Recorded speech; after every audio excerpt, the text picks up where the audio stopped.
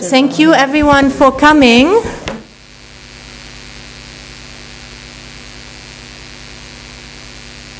It's a pleasure to open a conference on Saud Wannous, probably the most important Arab playwright of the 20th century.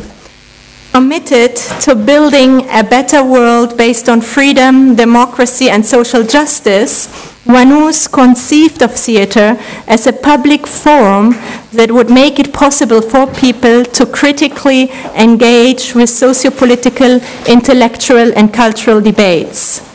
He was one of the first in his generation to call for politicizing theater, for introducing change from within and through cultural production.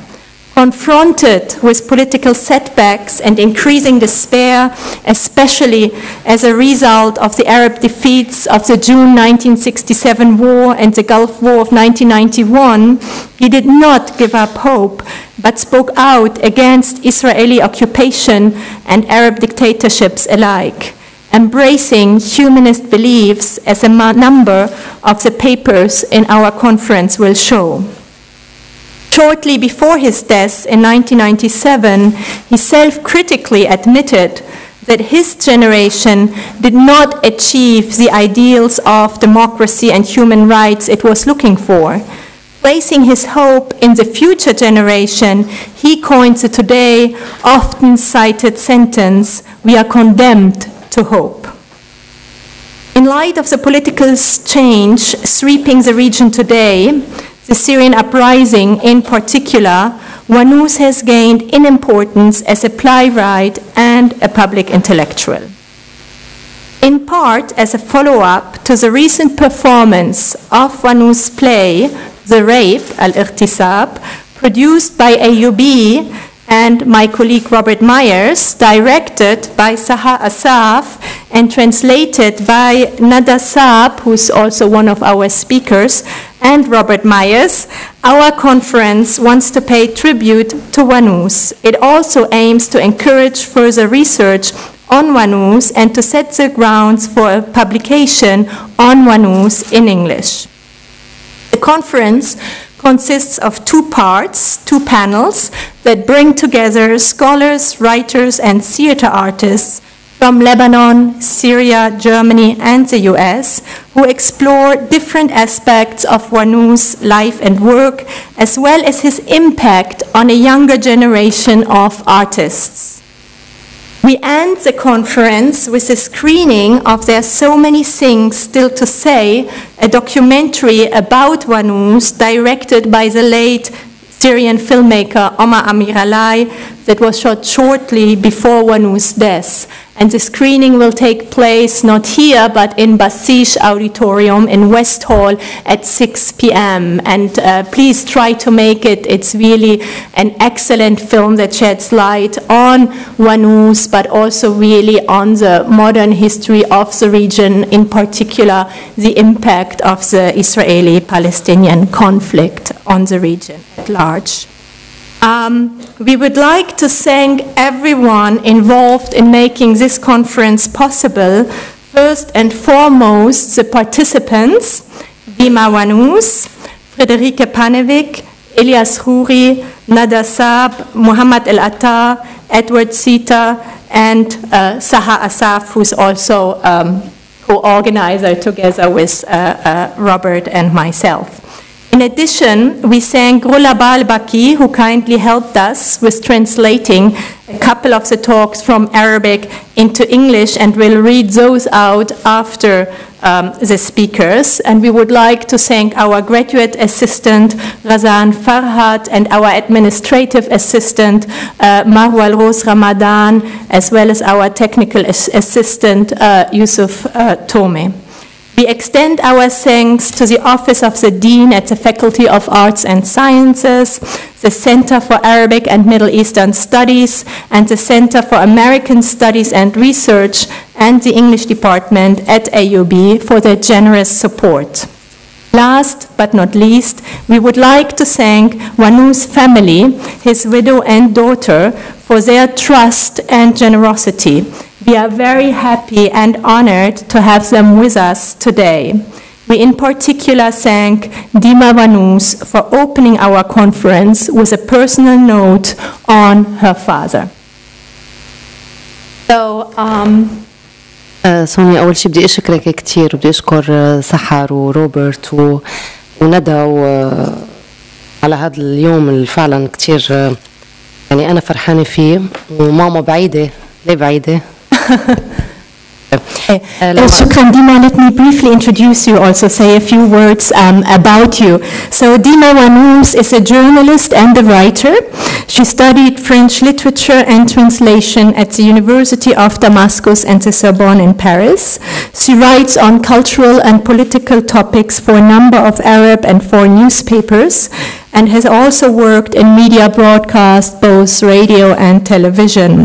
She has published a collection of short stories entitled Tafasil, Details, which were translated into English and German, and a novel called Kursi, Chair. In 2009, she was awarded the Beirut 39 Prize for Young Writers. So please, Dima, the floor is all yours. كتير سونيا. وقت طلبت مني سونيا أكتب هذا النص طبعا يعني وافقت بسعادة، بس لما قعدت بدي أكتبه حسيت بعبء كتير كبير، لأنه شو صعب الواحد يختصر 15 سنة بكم ورقة كم صفحة كلمات، صعب فعلا. وأنا بحب الفصحى كتير، ما بحب يعني اكتب بالعامية، حتى على الفيسبوك بستصعب اكتب بالعامية، ومع ذلك هي أول مرة بحس بعبء الفصحى وأنا عم بكتب عن هي المشاعر، فهذا اللي خطر لي أقوله. أعبر أمام غرفة المكتب، البيت يملأه السكون، صمت قاتم وطويل يقطعه بابا بكلمات قليلة وعبارات تخرج من فمه بطيئة مترددة، وغنوة تكتب تلك الكلمات البطيئة والمترددة، ثم يطلب منها أن تمحو العبارة ليعيد صياغتها من جديد.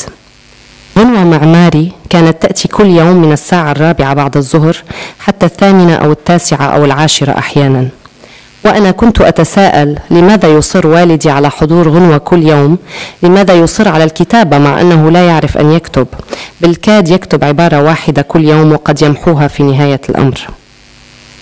10 من عمري أجبرني على القراءة، بدأت بنجيب محفوظ وطه حسين والياس خوري، ثم تشيخوف ودوستويفسكي، ثم ألبير كامي وماركيز وكونديرا.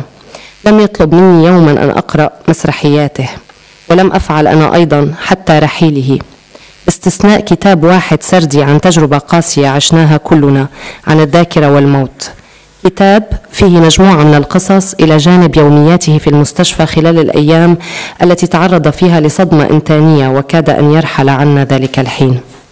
وأنا كنت أتقصد عدم قراءة مسرحياته، ربما لأنني لم أكن أتخيل أن لأبي مهنة أخرى في الحياة غير قضاء الوقت بصحبتي.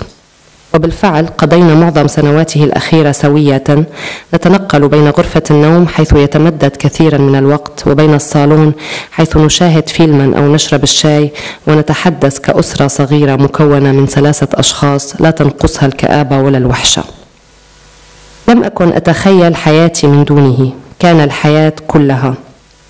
أدرس برفقته وأحلم بصحبة خياله وألعب معه وأتشاجر وأفكر وأضحك وأبكي، حتى أنه كان يعيد كتابة دروس التاريخ والجغرافيا كلها بلا استثناء لأتمكن من فهمها ثم حفظها عن ظهر قلب. أتذكره يقرأ الدرس الطويل والمضجر ثم يكتب بقلم رصاص ملخصا بكلمات سهلة وعبارات رشيقة نقرأها سوية وأحفظها. كنت أكره القراءة وألهث في محاولة لفظ الكلمات ومخارج الحروف. علمني كيف أخترع الفواصل حتى وإن لم تكن موجودة. علمني ألا ألتزم بنصوص الكتب المدرسية كما هي، ألا أستسلم لتلك الصفحات المحشوة باللغو والمعلومات المكررة. علمني السخرية كي أتخفف من عبء النظام المدرسي الصارم. علمني الصمت، أن أتفرج على ما يدور حولي وأتأمل وأفكر. علمني الجدل الطويل والنقاشات المسهبة التي ربما تودي إلى اقتناعي أو عدمه. لم تكن هنالك بديهيات ولا مسلمات، وأنا الآن وقد صار عندي ابن في 10 من عمره أعرف كم من الجهد بذله والدي ليحتمل كل تلك النقاشات. ثمة موضوع واحد فقط لم يكن يحتمل النقاش به: الله. كان يقول لي ويكرر بلا شرح مستفيض: الله غير موجود. وأذكر كم غضب مني عندما عدت إلى البيت حاملة دفتر العلامات، وكنت قد نلت العلامة التامة في مادة الديانة، بينما علامتي في مادة اللغة العربية كانت متدنية. كان صريحا معي إلى درجة الإنهاك. يقول لي وأنا في 10 من عمري: سأرحل بعد 3 أشهر كما أكد الأطباء في باريس. 3 أشهر تلك امتدت ل4 أعوام، إلا أن كل يوم من تلك الأعوام ال4 كان جنازة مؤجلة بالنسبة إلي. كل يوم كان اليوم الأخير، وأي يوم آخر هو يوم إضافي. بابا الذي كان كئيبا إلى حد لا يطاق غيره المرض. بات أكثر تسامحا مع الحياة، أقل قساوة على نفسه. أراد أن يبتلع السنوات ويسرق كل لحظة ممكنة. لم يكن متطلبا في حياته، تكفيه القراءة والكتابة والجلوس بصحبتنا أمي وأنا. راح يكتب بشغف خوفا من أن يباغته الموت. كتب معظم ما حلم بكتابته، ما بدأ التفكير به قبل سنوات طويلة من المرض عندما صمت عن الكتابة. كتب منمنمات تاريخية وطقوس الإشارات والتحولات والأيام المخمورة. وأيضا راح يلهث بعلاقته بي، يختصر السنوات ويعيش معي كل ما يتصوره عن العيش مع ابنة وحيدة حتى تكبر. رحل وكنت في 15، إلا أن روحي كانت في منتصف العشرينات من كثرة ما كانت السنوات الأخيرة غزيرة ومكثفة. تحدثنا في كل الأمور التي لم يحن وقتها بعد. حدثني عن طفولته وعائلته وكرهه لوالده وعشقه لأمه.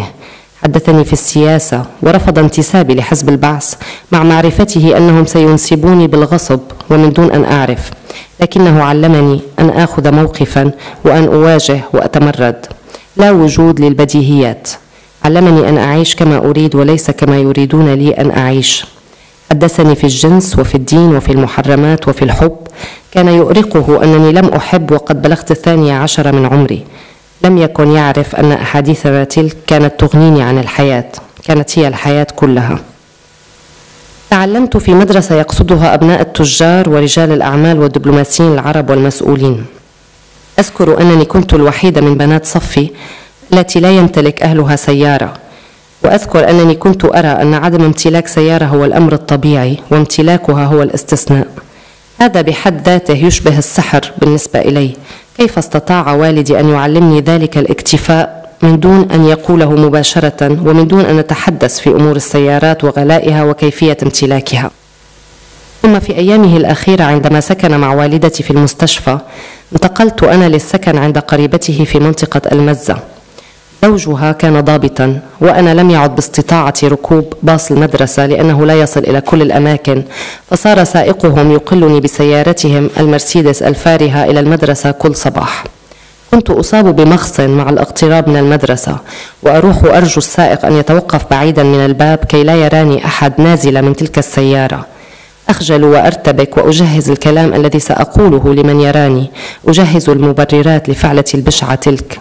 من دون أن أشعر كانت السيارة تعني بالنسبة إلي سلطة ما، سلطة مال أو سلطة نظام، ما البال إن كانت السيارة من نوع مرسيدس.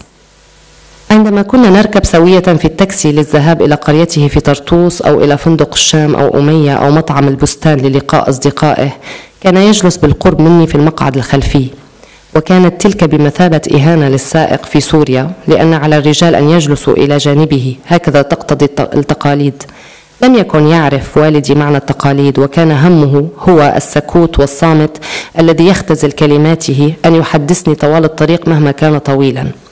نعم، كان يعرف أنه سيرحل قريبا. نروح نتخيل حيوات الناس الذين نعبر بالقرب من منازلهم، ونلمح الشبابيك مفتوحة وضوء خافت يتدفق منها. ثمة حياة تخفق خلف تلك الشبابيك، يقول لي والدي. ولسائق التاكسي حياة أيضا، وللعابرين في الشارع أمامنا، وللعاملين في المقهى. نلعب بتلك الحيوات ونتخيل ونضحك مع من نجعله يضحك، ونحزن مع الحزانة منهم والفقراء والمغلوب على أمرهم. كان مفتونا بما وراء الشبابيك والجدران، كأنها الحياة التي لم يعشها بعد، إلا أنه يعرف أنها موجودة فيطمئن. قبل أن يرحل بأسابيع قليلة نادى لي وكنت في غرفتي المحاذية لغرفتهما. أباجور الشباك كان مفتوحا، الضوء يملأ الغرفة ويمتد إلى سرير والدي. طلب مني أن أجلس إلى جانبه على السرير وأن أنظر من الشباك إلى امرأة جميلة شعرها طويل تحضن طفلا. نظرت وفتشت ولم أعثر على تلك المرأة. كان يراها في تعرجات زجاج شباك الجيران، كان يتخيل في كل تعرجات الشبابيك التي تطل غرفته عليها أشخاصا وحيوات. خفت يومها وحزنت، كان المرض قد تمكن منه، وأبي يروح يحدق في الفراغ ويعثر فيه على كل ما يحب ويرغب. أرادني أن أكون مصممة أزياء أو مهندسة معمارية، وأرادني أن أكون ما أحب شرط أن أتقنه جيدا، ثم رحل. لم أقل له يوما إنني أحب الكتابة، ولم أتجرأ على البوح بما أحب إلا بعد مرور سنوات طويلة، لأننا في مجتمع يعشق التوريث واستمرار الأهل بأبنائهم ثم بأحفادهم.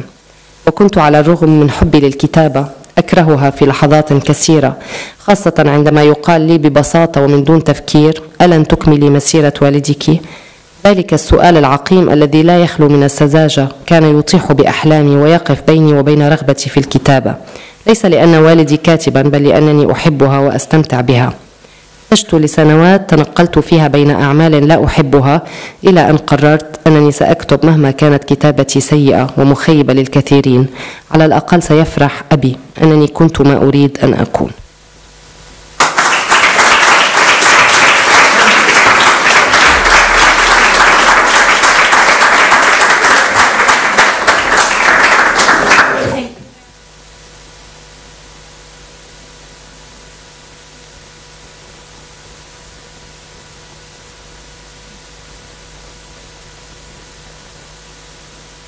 Be What You Want to Be by Dima Wannous. I walk past the study. Silence fills the house. A dark and long silence which Baba interrupts with a few words, the words coming out of his mouth slowly and reluctantly. Inwa is writing down those long-drawn and reluctant words. He asks her to erase the words so he can rephrase them. Inwa Ma'amari came daily from 4 till 8, 9, or even 10 p.m. sometimes. I used to ask myself why my father insisted on having Ghinwa come to the house every day. Why he insisted on writing though he did not know how to write. He barely wrote a single phrase every day, and he would sometimes have that erased. When I was 10, he forced me to start reading. I started with Najib Mahfouz and Taha Hussein, then moved to Chekhov and Dostoevsky. I then read Albert Camus, Marquez, and Kundera. He never asked me to read his plays. I never did until his death. Except for that one narrative on a hard experience that we all suffered, Memory and Death, a collection of stories as well as his memoir on his hospital days, during which he suffered a septic shock which almost killed him. It was by intention that I did not read his plays, perhaps because I never imagined that my father had anything else to do in this world besides spending time with me. Indeed, we spent the best part of his last years together, moving between the bedroom where he spent a lot of time lying down, or the living room where we watched TV or drank tea and had, as a family of 3, conversations which were lacking in neither gloom nor desolation. I never imagined life without him. He was life. I studied with him, I dreamed in the company of his imagination, I played with him, we fought, thought, laughed, and wept together. He would even rewrite every one of my history and geography lessons so I could better understand them before committing them to memory. I remember him reading the long and boring lesson and then writing its summary in pencil using easy words and elegant expressions, which we would then read together before I memorized them. I used to hate reading and struggle over pronouncing words and letters. He taught me how to invent commas, even if they did not exist. He taught me not to bind myself to the content of school texts, not to surrender to those pages rife with nonsense and overused information. He taught me to use sarcasm in order to lighten the heavy load of the rigorous school system. And he taught me how to be silent, how to watch what was going on around me and contemplate and think. He taught me how to engage in lengthy arguments and elaborate discussions which might lead to persuading me or not. The obvious and the postulate had no place. Now that I am the mother of a 10-year-old son, I appreciate the effort he must have exerted to suffer all those discussions. Yet the one topic that he would never tolerate discussing was God. He kept repeating to me, with no elaborate explanation, that God did not exist. I still remember his anger when I returned home with my report card one day, having earned a perfect grade on religion and a low grade on Arabic. He exhausted me with his frankness. He told me when I was 10 that he would die in 3 months as the doctors in Paris had confirmed. Those 3 months stretched into 4 years, each day a procrastinated funeral for me. Every day was the last day, and every another day was an extra day. Baba, who had been intolerably melancholy, was transformed by illness. He became reconciled to life and less harsh on himself. He wanted to wolf down those years and steal every possible moment of life. He was satisfied with reading and writing and being in the company of my mother and me. He started writing fervently, fearing the stealth of death. He wrote everything he had ever dreamed of writing and started planning years before his illness. His writing then became silent. He wrote historical miniatures, rituals of signs and transformations, and drunken days. His relationship with me, his only daughter, took on a pattern characterized by a breathless wish to seize the years, reduce them, and live every moment as he imagined it until I grew up. He died when I was 15. My soul was then in its mid-20s for the abundance and intensity of the last few years. We talked about issues that were not ripe for discussion then. He told me about his childhood and family, and how he hated his father and adored his mother. He talked to me about politics and refused that I join the Ba'ath Party, fully knowing that they would make me join against my will and without my knowledge. But he told me to take a position and confront and rebel. The obvious did not exist. He taught me to live the way I wanted, not how they wanted me to live. We talked about sex, religion, all that is sacred and venerated, and also about love. He was worried that at age 12 I still had not fallen in love. He never knew that those conversations we had made me care less about living my own life. Indeed, they were life itself. I was educated at a school whose students were children of traders, businessmen, Arab diplomats, and men in power. I remember that I was the only student in class whose parents did not own a car. I also remember that I thought then that not owning a car was the normal thing and owning one was the exception. That in itself was magic to me. How did my father manage to instill in me that self-sufficiency without directly talking about it and without our having conversations about cars, their high cost, and the way to acquire them? In his last days, when he and my mother were living at the hospital, I moved in with a relative of his who had a house near the Mazzi area and whose husband was an officer. I was unable to take the school bus since it did not service that area, so the family chauffeur drove me to school every day in a posh Mercedes. I would get stomach cramps when the car approached the school and beg the chauffeur to park some distance away from the school gate, lest someone should see me getting out of that posh car. I would be embarrassed and perplexed, preparing words that would justify that ugly deed of mine to whoever might happen to see me. Without knowing it, I associated owning cars with some sort of authority. The authority of money or the authority of a regime. So one can imagine the impact of a Mercedes car on me. We used to hire a taxi to go to his village in Tartus, to Hotel Umayya or Sham Hotel, or to Al Bustan restaurant where he would meet his friends. He always sat next to me in the back seat.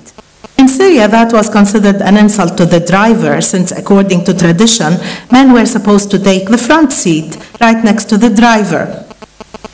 But tradition meant nothing to him. He who favored reticence and conciseness would keep a conversation running with me for the whole trip, no matter how long it took. He realized that he would die soon and wished to take advantage of every moment we spent together. We would imagine the lives of the people whose houses we drove past through the open windows and the faint light flooding out of them.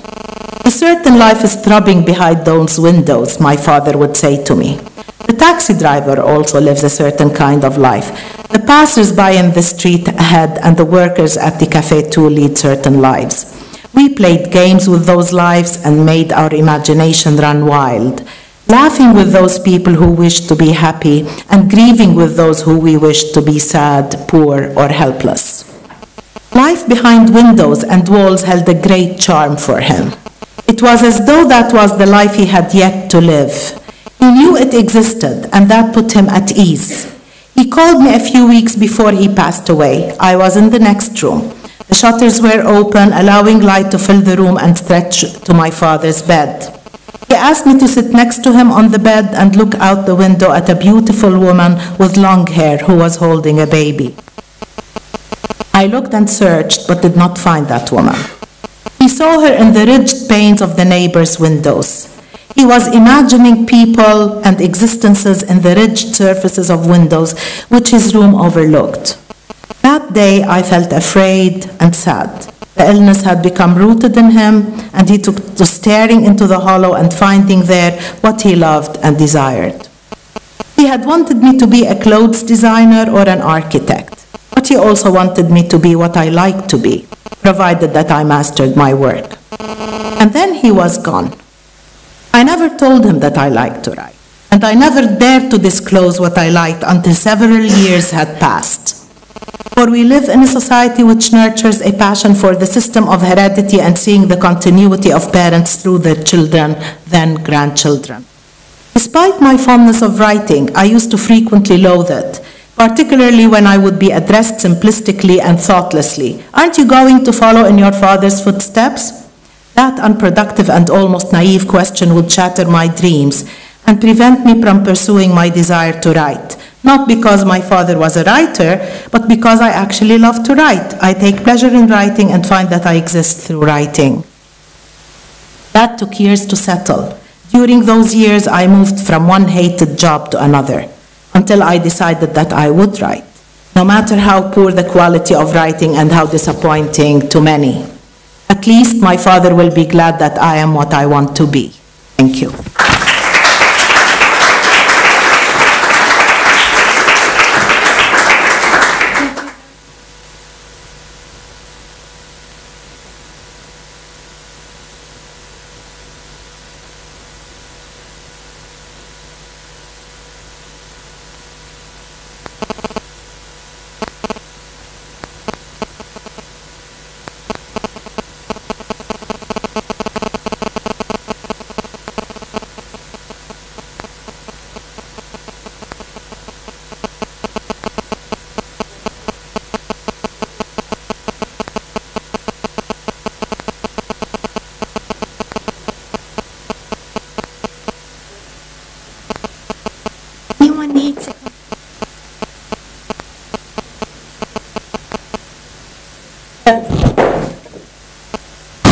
To sit here now.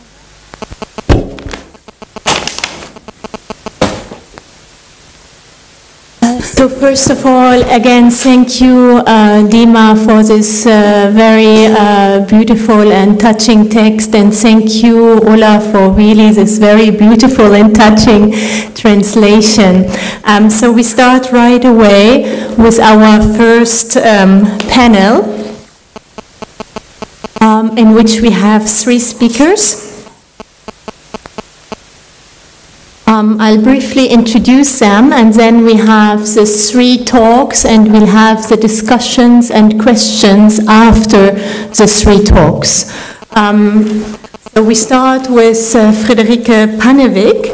She is a professor of Arabic literature at the Center for Near and Middle Eastern Studies at the University of Marburg. She's also the co-director of Traveling Traditions, Comparative Perspectives on Near Eastern Literature at the Forum Transregionale Studien in Berlin.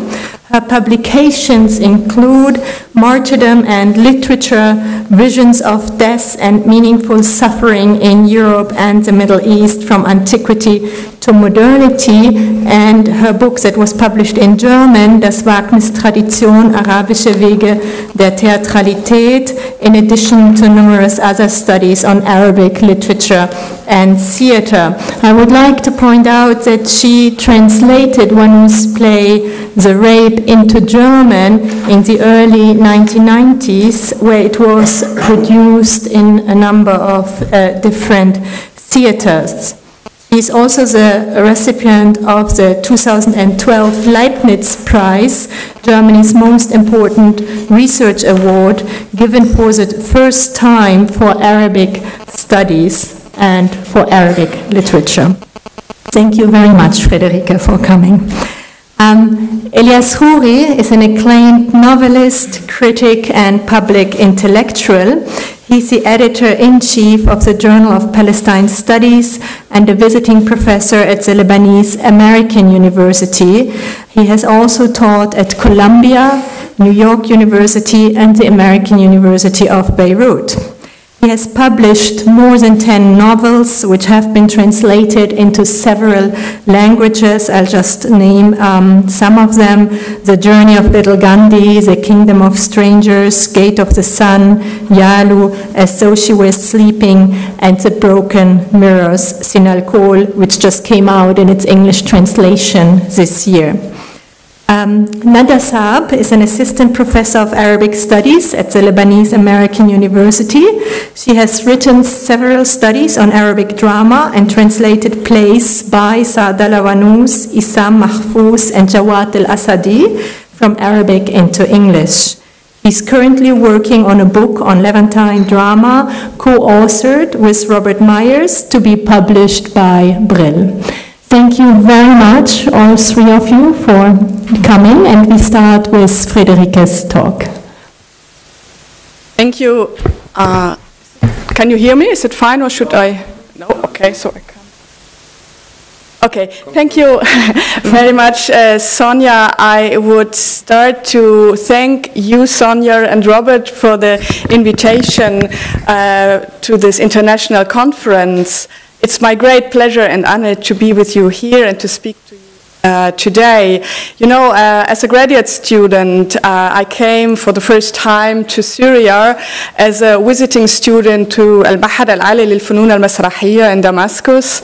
Saud was one of my teachers there, and to be sincere, he was my favorite teacher, and I had the enormous chance to be invited to come to his office after class and to discuss with him or to hear more about Arab theater and culture and all the richness of Arab culture and all its problems. And it was for me a kind of opening for my eyes, my ears, and my feelings. And now, 20 years later, I'm here talking on one of his plays. It's really a wonderful event for me. As we all know, Saud Wannous was or belonged to a generation of Arab intellectuals and artists whose political and artistic self-understanding was strongly molded by the Palestine conflict. At the end of his life, which we all know was cut short by the illness, he gave a rather bitter appraisal of the situation, and this is from the interview with Omar Amiralai. He said, "How is our generation to ever be led to rest and find peace of mind? It will carry around in its thoughts a dull horror. It will resemble a wound. It will be the horror at the age they have lived through and the bitter, lifelong disillusionment. For Israel will still be there, even when our generation dies." International in his orientation, Saud was an intellectual who saw himself as part of a worldwide avant-garde movement.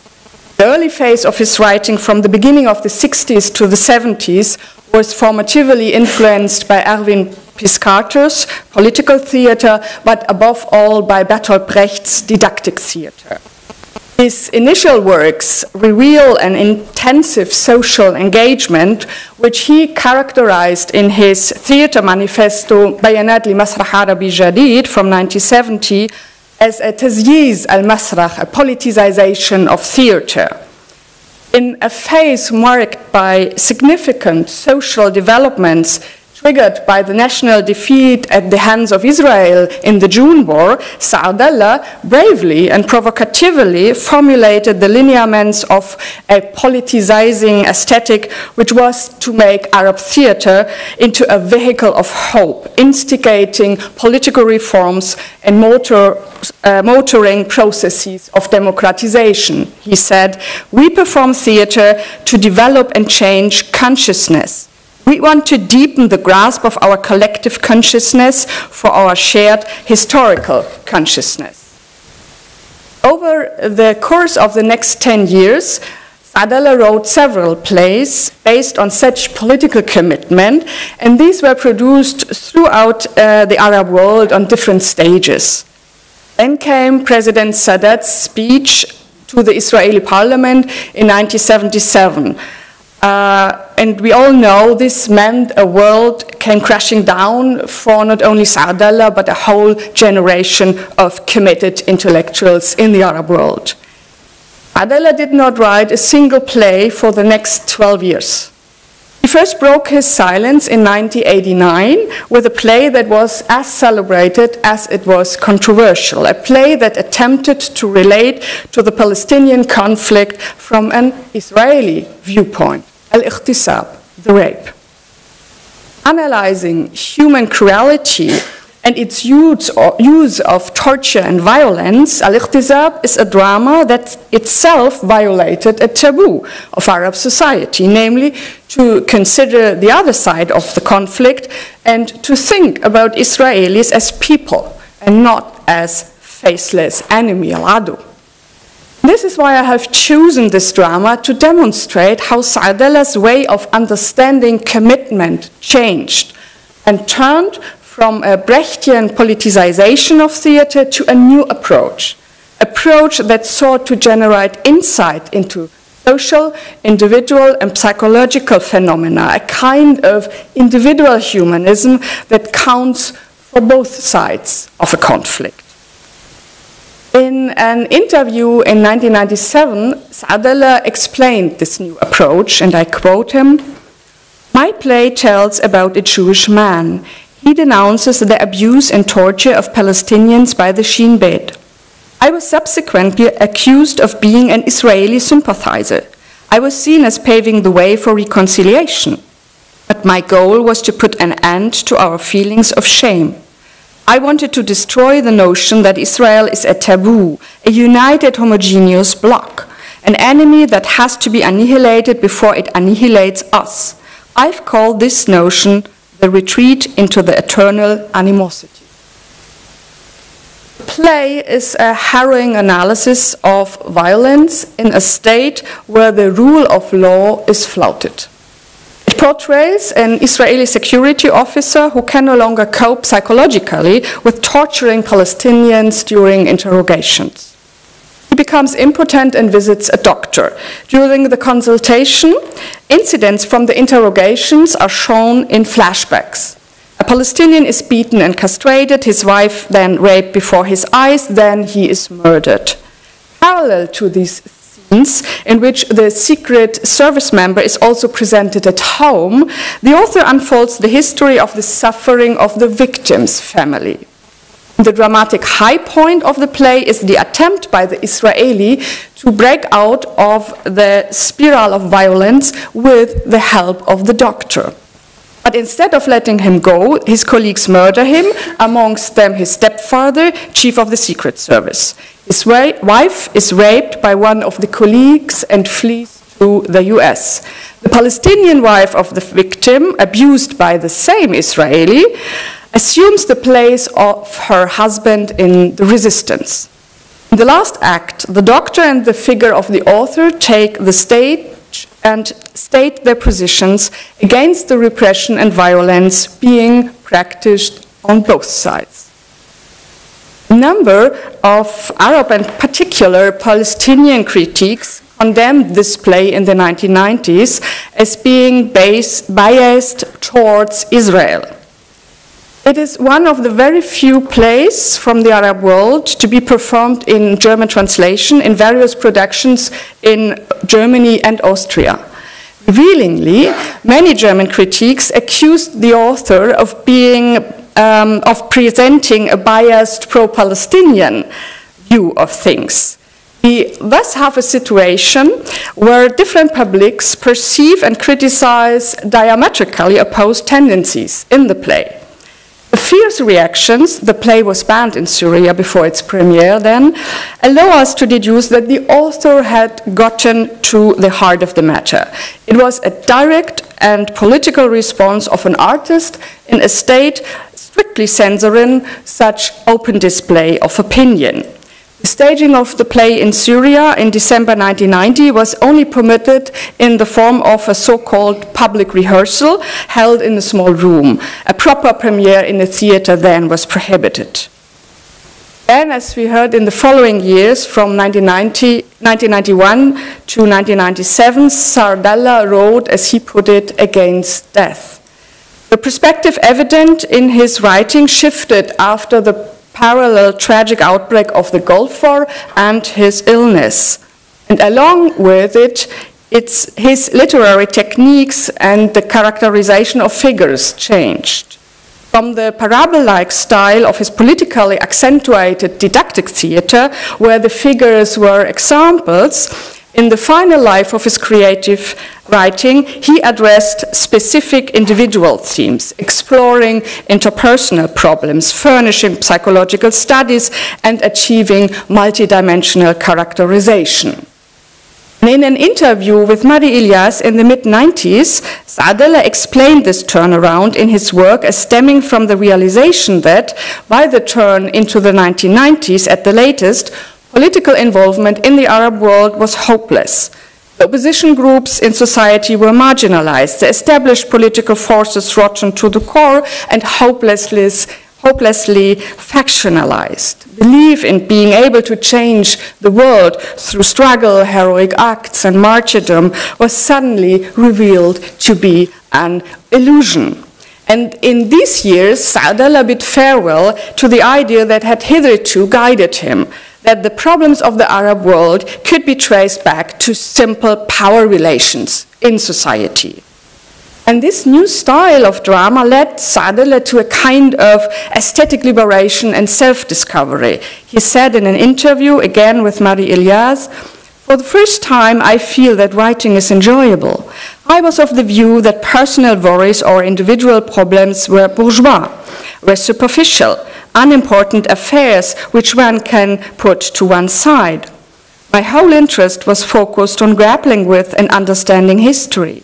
And I thought wrongly that I had to avoid the traps of petit bourgeois literature and go beyond all that was individual and personal. For this reason, I never felt as if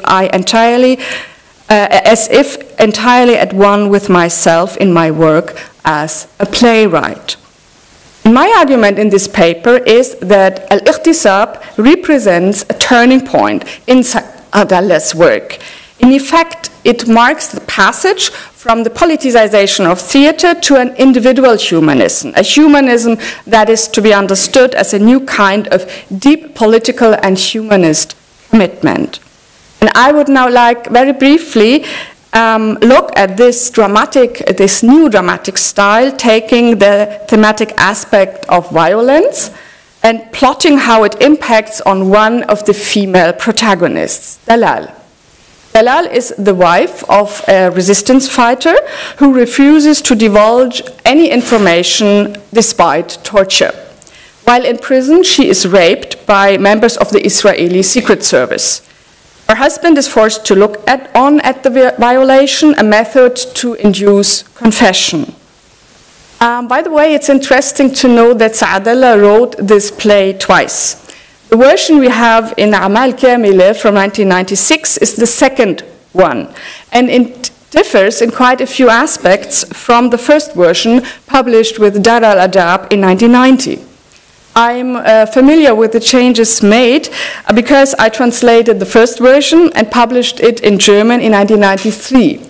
2 years later, there was interest to bring the drama to stage in Germany. And when we asked Saadallah about the copyright, He told me that he had in fact rewritten the play in the wake of severe criticism in the Arab press, and that I would have to retranslate it, what I did.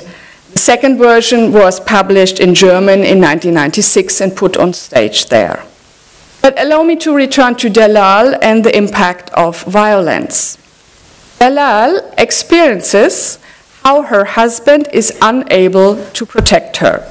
Indeed, even his death in prison, his willingness to sacrifice himself and his wife for the cause of the resistance against the Israelis proves futile. Victory is far, far away. In the first version of the drama, from 1990, Talal returns from the Israeli prison deeply traumatized. Her personality is broken and fragmented. A burning but vague hatred feeds all her feelings. But in the second version, from 1996, Talal reacts differently to the experience of torture and sexual violence.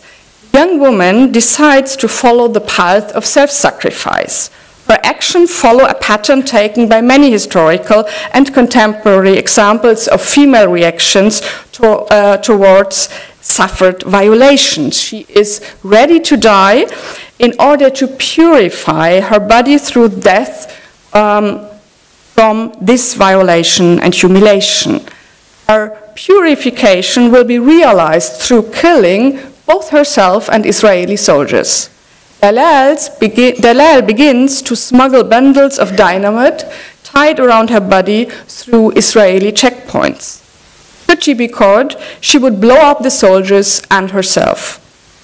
Asked with astonishment whether she, as a woman, is not afraid of such an act, she answers, I had several strong feelings, but fear was not among them.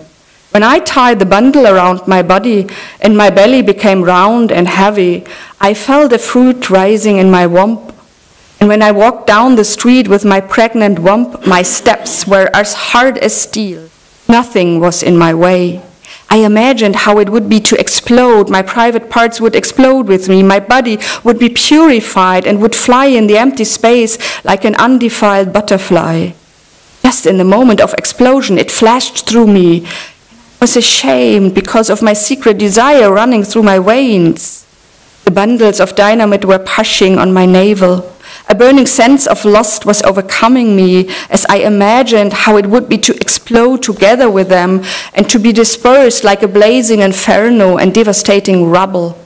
Death and sexual lust, happy ecstasy and purification are merging into one another. The explosion, my trembling full of lust, all became one. This quote demonstrates how the rape of this young woman frees her from any fear of death. She imagines her death as an act of revenge full of pleasure, directed against the culprits and as a means to purifying her own violated body. Here, violence against the female body leads to an act of demonstrative autoaggression by the victim that is imagined by an erotic moment. Talal is driven to seek out death as a way of revenging the suffered violence and purifying herself from this humiliation. Her feelings of sexual desire are connected to imagining personal revenge in a violent political conflict. The drama thus revolves around corporality, liminality, and individuation, with the individuation dealt with as a process that also entails political emancipation. This disturbing and shocking passage in Saud's drama is interesting in the context of my argument here because it shows the dramatist's new approach, namely to generate insight to individual and psychological phenomena and thus create a new style which I would like to call individual humanism.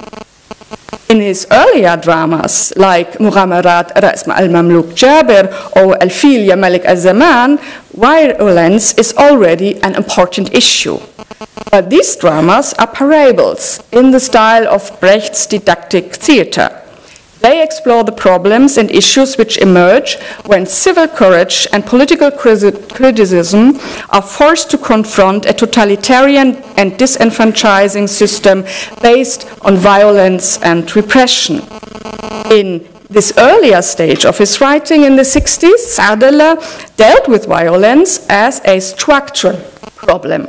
And his argument was based on the assumption that the problems of the Arab world could be traced back to simple power relations to society or in society. In Al-Iqtisab, however, the focus is put on the individual. What are the consequences of violence on human beings? What does it mean for an individual to either suffer violence and so be on the victim's side of violence, or instead to commit violence and so be on the perpetrator side? And who is the perpetrator and who a victim? Can a distinction be drawn clearly at all? To reflect on these critical and crucial questions and their philosophical dimensions, I would like to draw on the famous and yet unresolved conflict between Camus and Sartre over terrorism, violence, and colonialism. The two men disagreed over how to overcome the structural violence of imperialism and colonialism and whether terrorism can ever be justified.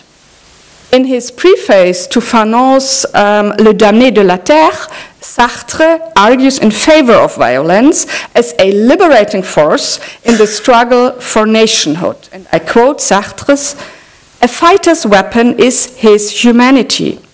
For in the first phase of the revolt, killing is necessary. Killing a European is killing two birds with one stone, eliminating in one go oppressor and oppressed, leaving one man dead and the other man free. For the first time, the survivor feels a national soil under his feet. In that moment, the nation does not forsake him. It is there wherever he goes and wherever he is, always by his side. It merges with his freedom." Camus, on the other side, in essays and dramas like Les Justes et l'Homme Révolté, was keenly aware that revolutionary violence always entailed more, much more, than the rejection and overcoming of oppression. Camus deemed that means of war, including terrorism and torture, are both historically and philosophically impotent. Such brutal methods could only produce more killing. Camus could not appreciate the cleansing role of violence preached by Sartre. Violence and terrorism would not humanize the Arab Muslim population. Indeed, terrorism would only dehumanize the Arabs.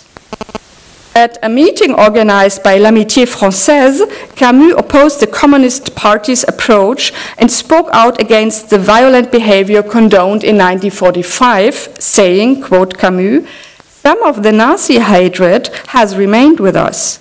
Our poisoned heart must be cured, and the most difficult battle to be won must be fought within ourselves, with an exceptional effort that will transform our appetite for hatred into desire for justice." Camus dreamt of a solution to the Algerian conflict with a minimum of violence, while refusing, one has to admit, to acknowledge the colonial privilege of his Pieds Noirs community.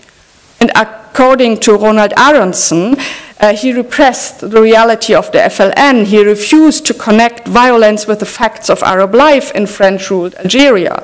In his principled, almost deontological opposition to overt violence, he never talked about daily life, ignoring the violence-imposed privilege of the French.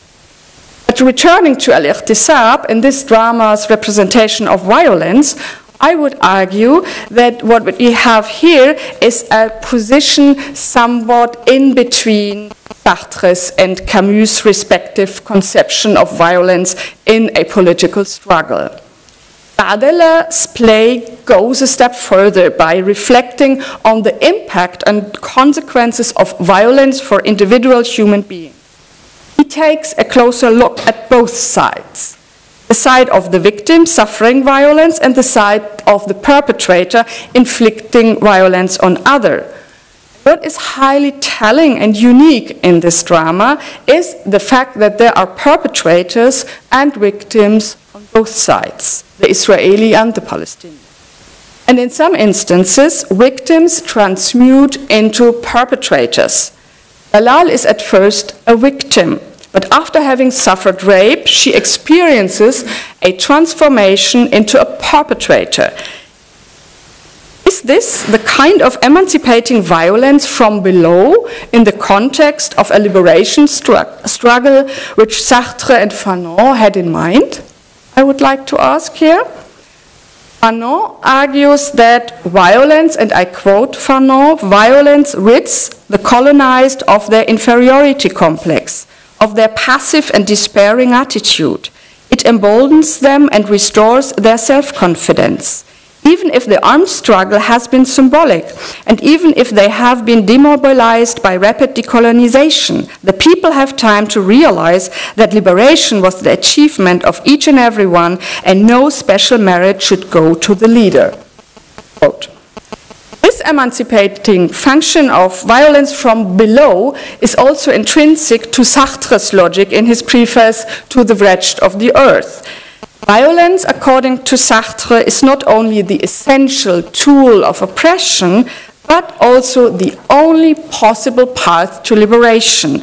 And so, non-violence only serves to perpetuate oppression. And how about Talal? Is violence in her case the only possible path to liberation and emancipation? If we stay within the frame of the play, and essentially in its second version, one could easily argue, yes. Talal imagines her violent death at an Israeli checkpoint as a purifying and liberating act. It is a clear case of violence from below. But this is not the end of the story. The drama ends with an epilogue, which in my mind is unique in Arabic theater so far. An Israeli psychoanalyst, Dr. Menachem, enters together with Saud Wannous, the theoretical figure of the author, and they now take the stage to discuss the political implications and human dimensions of the play. Dr. Menachem, within the drama's plot, was the psychotherapist who treated both the Israeli Secret Service member, Ishaq, who suffered from sexual impotence because of the daily routine, of torture and abuse during his work, and his wife Rahel, who suffered from anxious psychosis without knowing what kind of work her husband was involved in all the day long. Here we witness the other side of violence and its psychosomatic consequences on the side of the perpetrator. Any clearly distinct borderline between victim and perpetrator is blurred, as in the case of Talal, who imagined carrying out a suicide attack after having been raped from precisely this man. Liberating and the traumatizing sides of violence are both at display here. And this is possible because the drama focuses on the psychological aspects and consequences of a political struggle. This epilogue is, in my mind, a clear indication of Saud's turn to a new approach and his efforts to generate insights into individual and psychological phenomena. And this creates this new style, which I, as already mentioned, would like to call individual humanism. The individual and his or her specific suffering is a central focus of interest here. The epilogue shows an author, Saud, who questions simple black-white dichotomies by pointing to cases of human rights violations and political persecution in the Arab world, thus striving to provide the audience with a somewhat more balanced worldview after having shown so much violence in Israeli prisons. At the end of my talk, please allow me to quote from this epilogue and thus to give, so to say, the last word to Saud himself. He says in this epilogue, I have to admit that in the prisons on our side there is just as little compassion and just as much cruelty. But do you really believe that these regimes and their prisons represent us, or that our struggle with Israel even concerns them? No, sir. Our problem is multi-layered. Today, Zionism has found its organic continuation in the current Arab system. That's those who capitulate to Meir's Israel and those who are willing to capitulate. Those who suppress their people and contemptuously trample all over them. Those who rob the riches of these countries and squander it all. They all represent, in a certain way, a continuation of Zionism in an Arab system. The entanglement on our side is complicated. And so the way out of this entanglement demands a complex and difficult struggle. Yes, sir, the impartiality must be on both sides, even if the price that needs to be paid for it is oppressively heavy. This historical entanglement can only be resolved by paying an enormously high price. Thank you for your attention.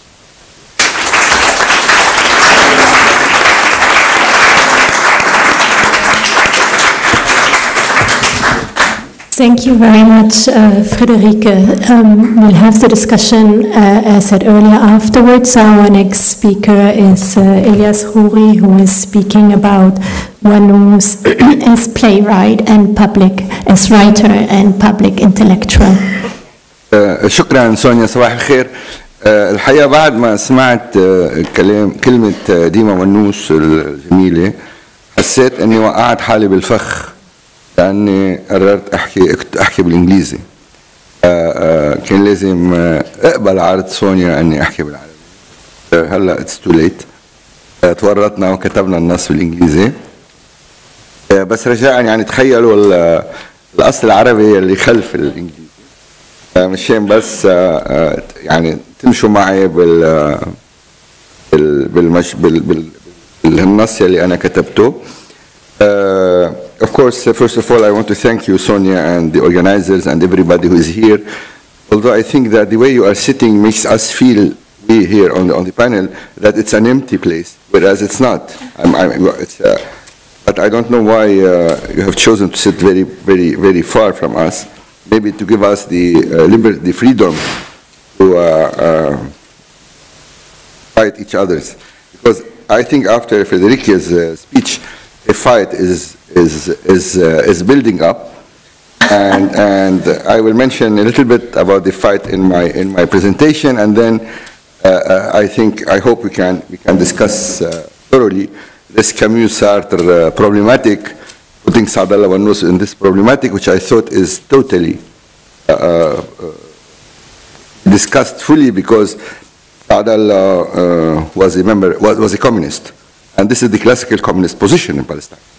I mean, this is not what Saud Allah's approach was in Al-Iqtisab, was mainly the project of André Gromyko in the United Nations when he accepted the partition plan, and then all the communist parties in the Arab world changed their positions and accepted the partition plan, and the Palestinian Jabhat Taharrur al-Watani began speaking of a colonialist war waged by the Arab armies against the state of Israel.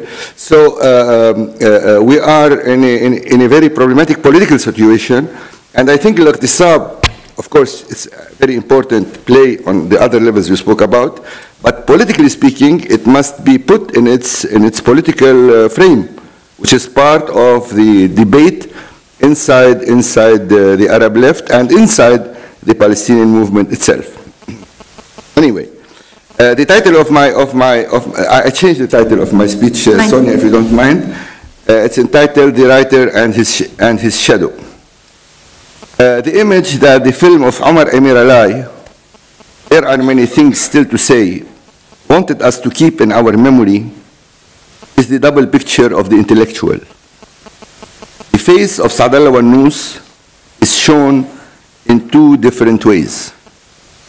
As a patient who is facing death on one hand, and as part of the serum that is injected in his blood on the other.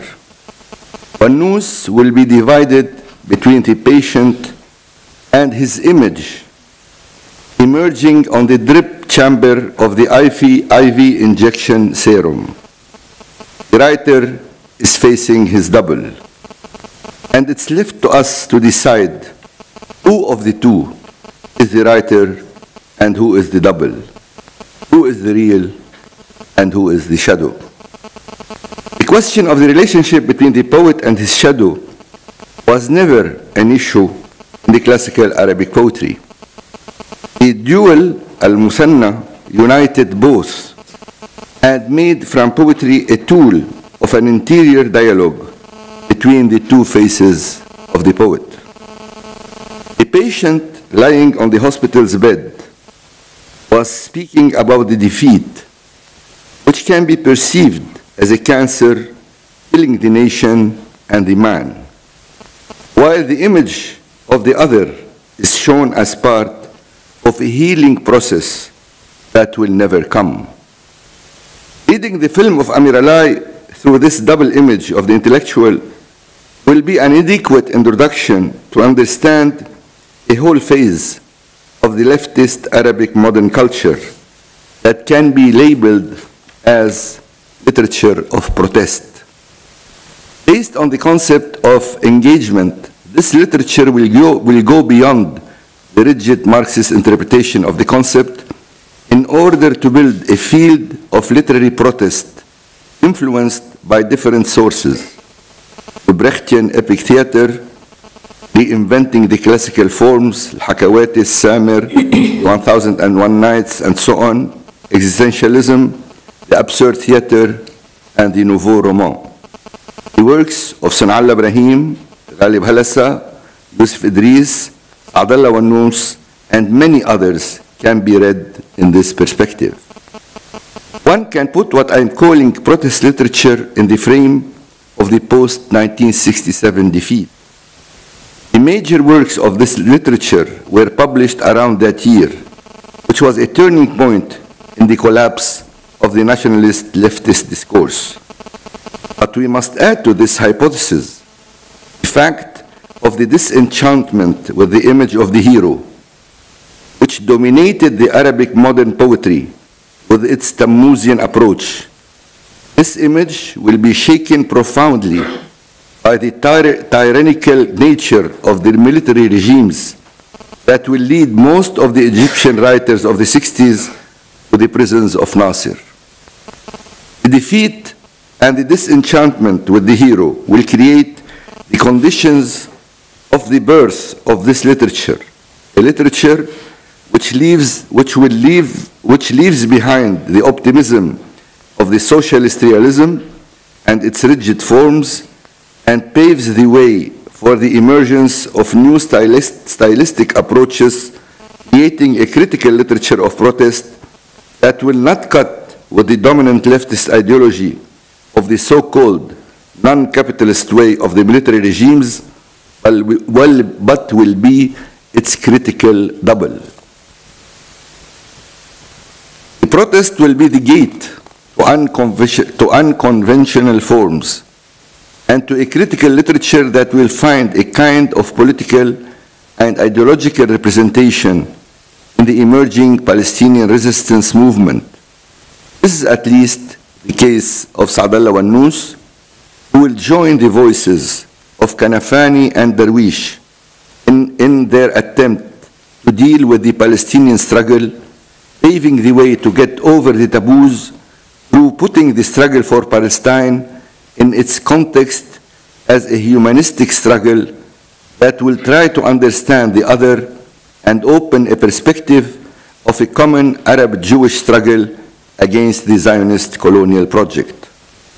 Dr. Minuhin and Rahil of the Rape will join Miriam of Return to Haifa and Rita of the Love Poems of Darwish in this long and difficult struggle. In 1992, the Theater of Beirut, where I occupied the function of its artistic director, presented The Rape in the version of Jawad al-Asadi. There I witnessed a very special experience.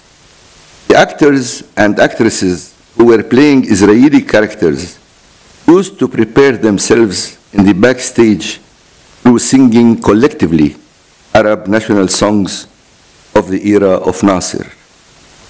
Playing Israeli characters through the method acting of Stanislavski was not an easy adventure, and their way was to plunge in a nationalist discourse in order to remind themselves who they are before their total identification with their Israeli roles. For me, this was a strange experience, but I used to join them, finding in their way a kind of an Aristotelian catharsis.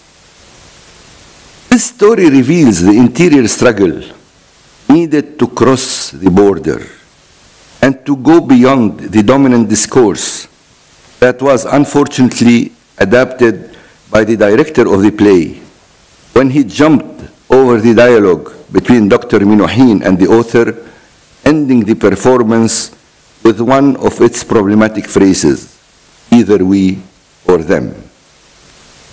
I began with the rape not only because of its special place in the new formulation of the Palestinian struggle that led Edward Said to define the Palestinians as the victims of the victims, but also because in the dialogue between the Israeli psychiatrist and the Syrian author, Wannous talks about the difficulties of being honest as an Arab intellectual, living under oppressive regimes that made from prisons a way of life and from naked force its only way to govern a people that was treated as the slaves of the governing dynasties.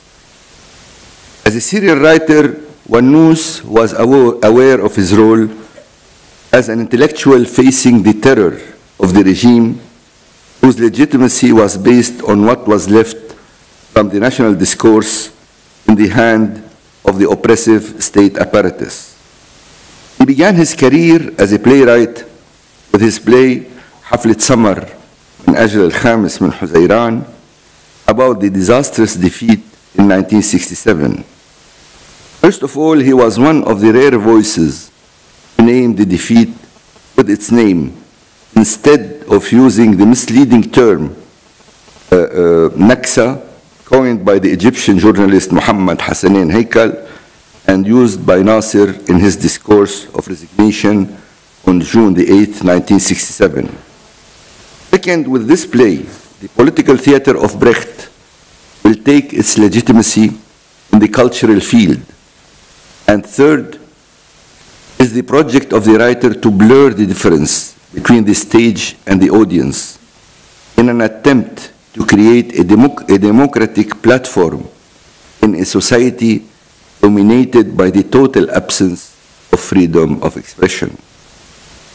In his efforts to overcome the dampness imposed on the Syrian society, theater will lead Wannous to discover different approaches, from adapting stories from the Nights to rewriting Homme pour Homme of Brecht in The King is the King, to rebuilding the geography of passion and social political oppression in rituals of science and transformation.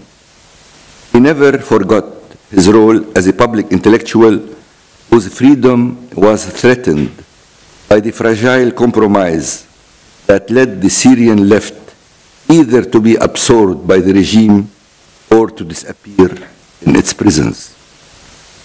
Between these double-edged threats, the playwright had to find his way to navigate with his words and to create a margin that can represent the ideals of the writer in a kind of an absurd struggle.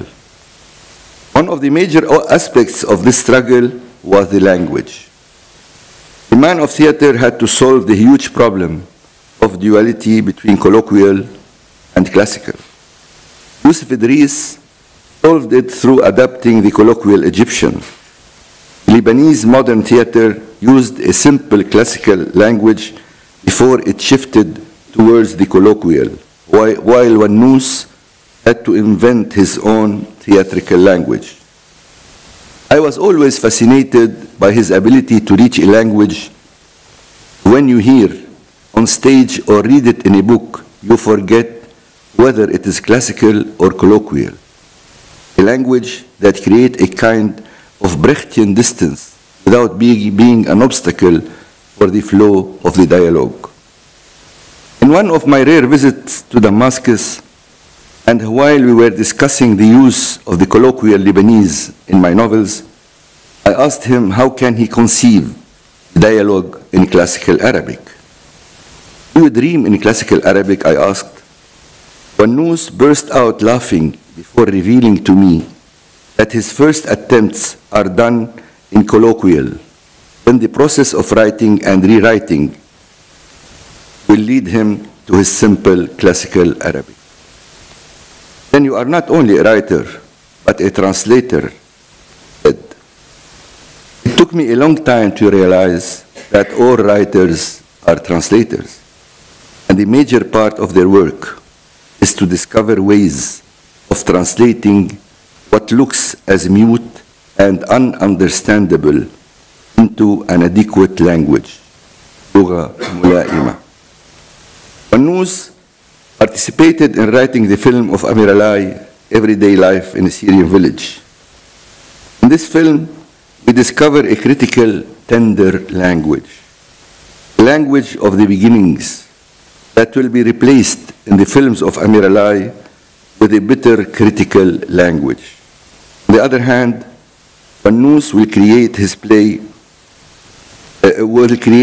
play the drunken days, Al-Ayyam Al-Makhmura, based upon the true story of the grandmother of Omar Amir Alai, the tenderness of a love story as part of his research for an adequate language that can incarnate love and passion. I'm not trying here to take sides with or to create a wall between these two languages. All what I'm trying to say that they can be complementary, and that the artist, writer, and intellectual was forced to use different ways in order to navigate in the face of the absurdity and banality of oppression. Wannous died in a symbolic day, May 15, 1997. I don't understand the wisdom of destiny, but it seems to me that there is a kind of wisdom here. The writer of the rape died in the Nakba day, as if his journey had to end on the day where the disaster of Palestine and the Arabs began. I remember the scene in his village, Hussein al-Bahar. I was sitting surrounded by men coming from all over the place. At a moment, the Syrian filmmaker Osama Muhammad took me outside and showed me a poster. Look, he said, we arrived to print the poster of Saud in spite of the mukhabarat. I didn't understand the enthusiasm of Osama printing the picture of a dead man, of Osama. Printing the picture of a dead man seemed obvious for someone like me coming from Beirut. Osama explained to me that this was totally impossible under the regime. And in order to print a poster of anyone, except, of course, the president, and in order to print of the president, you must take a permission which seems impossible for someone like Saudallah Wannous. The poster was white with a beautiful picture of the writer, and under it was his name and the date of his death. This is incredible. Saudallah won in the end, said Osama.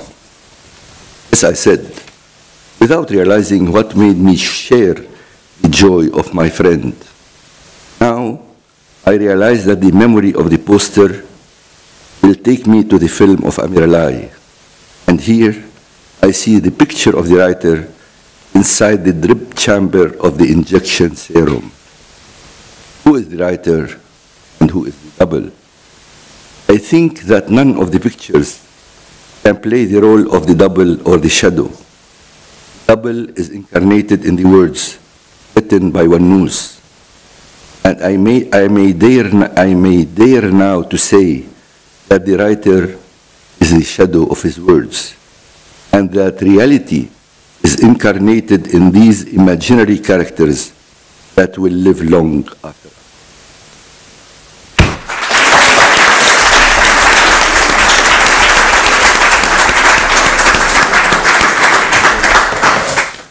Thank you very, very much, Ilyas. I think people are getting ready for the discussion, but we have one more talk, Nada Saab, and she's speaking about the author as character and voice in Wannous' plays. So it sounds like there's going to be some interesting overlap to the previous talk.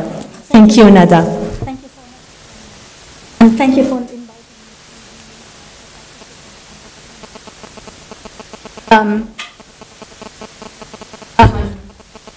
Is it okay? Yes, I think it is. Okay, the topic of my talk actually sprang out from the last scene in The Rape, which was just produced recently. Saudallah Wannous comes up as a character at the end of the play, which is, as Frederica said, it's quite unique in Arabic drama, and it prompted me to actually find where Saudallah is present in his plays, his voice or his character. How come he has written himself as a character in such a manner? Theater is a mirror, Wannous suggests, but he asks that we forgo with a metaphorical mirror and place instead a real mirror on stage that occupies its entire space. He imagines the audience to be predominantly bourgeois and petit bourgeois, an audience which provokes him to create theater with the highest potential for mischief. The mirror that is wide, clean, and self-confident lays like a beast of prey, catching the spectators confused. They are comforted at first by seeing their own reflection in the mirror, but as the game continues, each of the spectators becomes more and more agitated, as he or she becomes the subject of the stares of others. This kind of theater is void of deception and lies, and is catharsized, as Wannous has said, in the manner that it has discarded all of its tools except for a mirror and a light. The space that is all lit effectually eliminates the separation between stage and auditorium. The game of audience manipulation will not end until the spectators leave, or rather escape, resentful and embittered and consumed by the horrifying thought that the mirror is stalking them. Wannous introduced the third volume of his complete works, which is dedicated to his theoretical writings, with this scene. In figurative dramatization, it summarizes his view of the menacing role and the relationship of the menacing role of theater and the relationship he sees forged between performance and audience. In the scene he imagined above, the spectators looked at their reflections not in the mirror, but in Saudallah's eyes. It was his gaze that was directed back at them. Wannous employed several strategies to have his presence either direct or implied vividly noticed.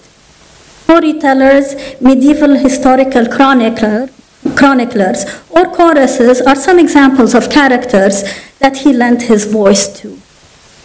More telling is Wannous writing himself as one of the characters of his play, The Rape. In the last scene, one of the play's main characters summons his creator, Saudallah Wannous, to stage. Wannous enters and both engage in a dialogue in which Wannous' craftsmanship is questioned and his convictions are scrutinized. Such marked presence of Wannous as character or voice is, of course, the focus of this presentation. The Rape, published in 1990 and written after a lull of 12 or 13 years, dramatizes the Arab-Israeli struggle, or as he called it, our core cause, قضيتنا المحورية. It is adapted from Antonio Buero Vallejo's The Double Case History of Dr. Valmy, that indicts police torture through the point of view of a police security officer whose guilt over the torture he exerted on his prisoners turns inward to torment him. The rape also explores the brutality of Israeli security officers during the first Palestinian Intifada that stretched between 1978 and 83.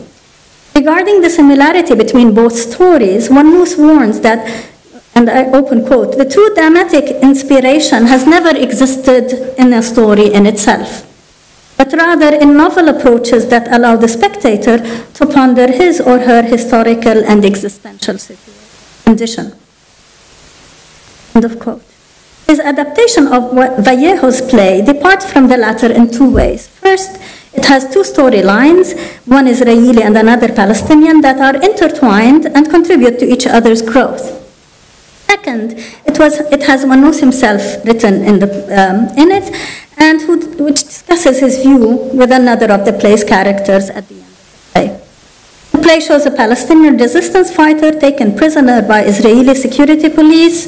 As you just said, the wife is raped, and during the rape party, as it is called, one of the main protagonists, Ishaq, who is the torturer, exceeds his mate, the rapist Gideon, in brutality and mutilates the woman with his razor blade. Obviously, an act of overcompensation for his inability to participate in the rent. And I think this is a comment you had mentioned in your book, Dr. Wannous intrinsically connects the Palestinian and the Israeli stories through the families of the tortured and the torturer. This intricate connection is further achieved when both the Palestinian woman and the wife of Ishaq are raped by the same man.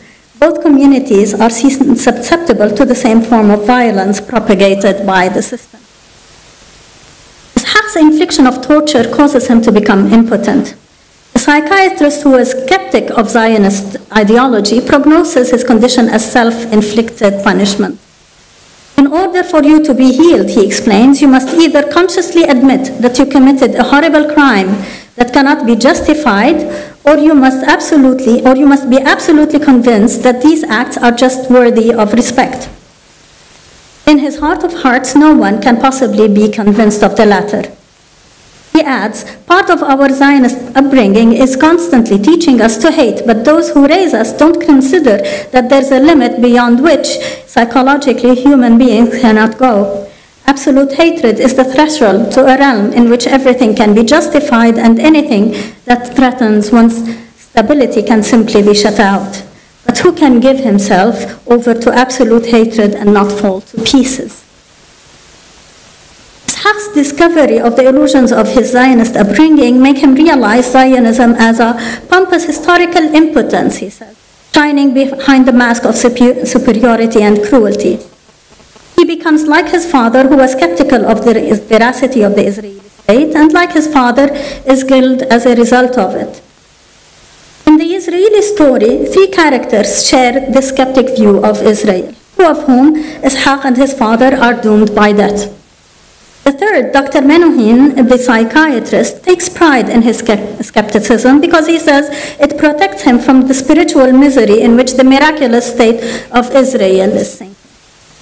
His loyalty to justice, not to law, naturally agrees with the standpoint of Wannous. It is important to note that while the play sheds light on the brutality that faces Palestinians, it focuses on Zionism as an entity that devours itself. For an Arab audience, this sort of transference is at risk of giving a false sense of redemption, satisfaction for seeing Zionist Israel on its path towards self-destruction.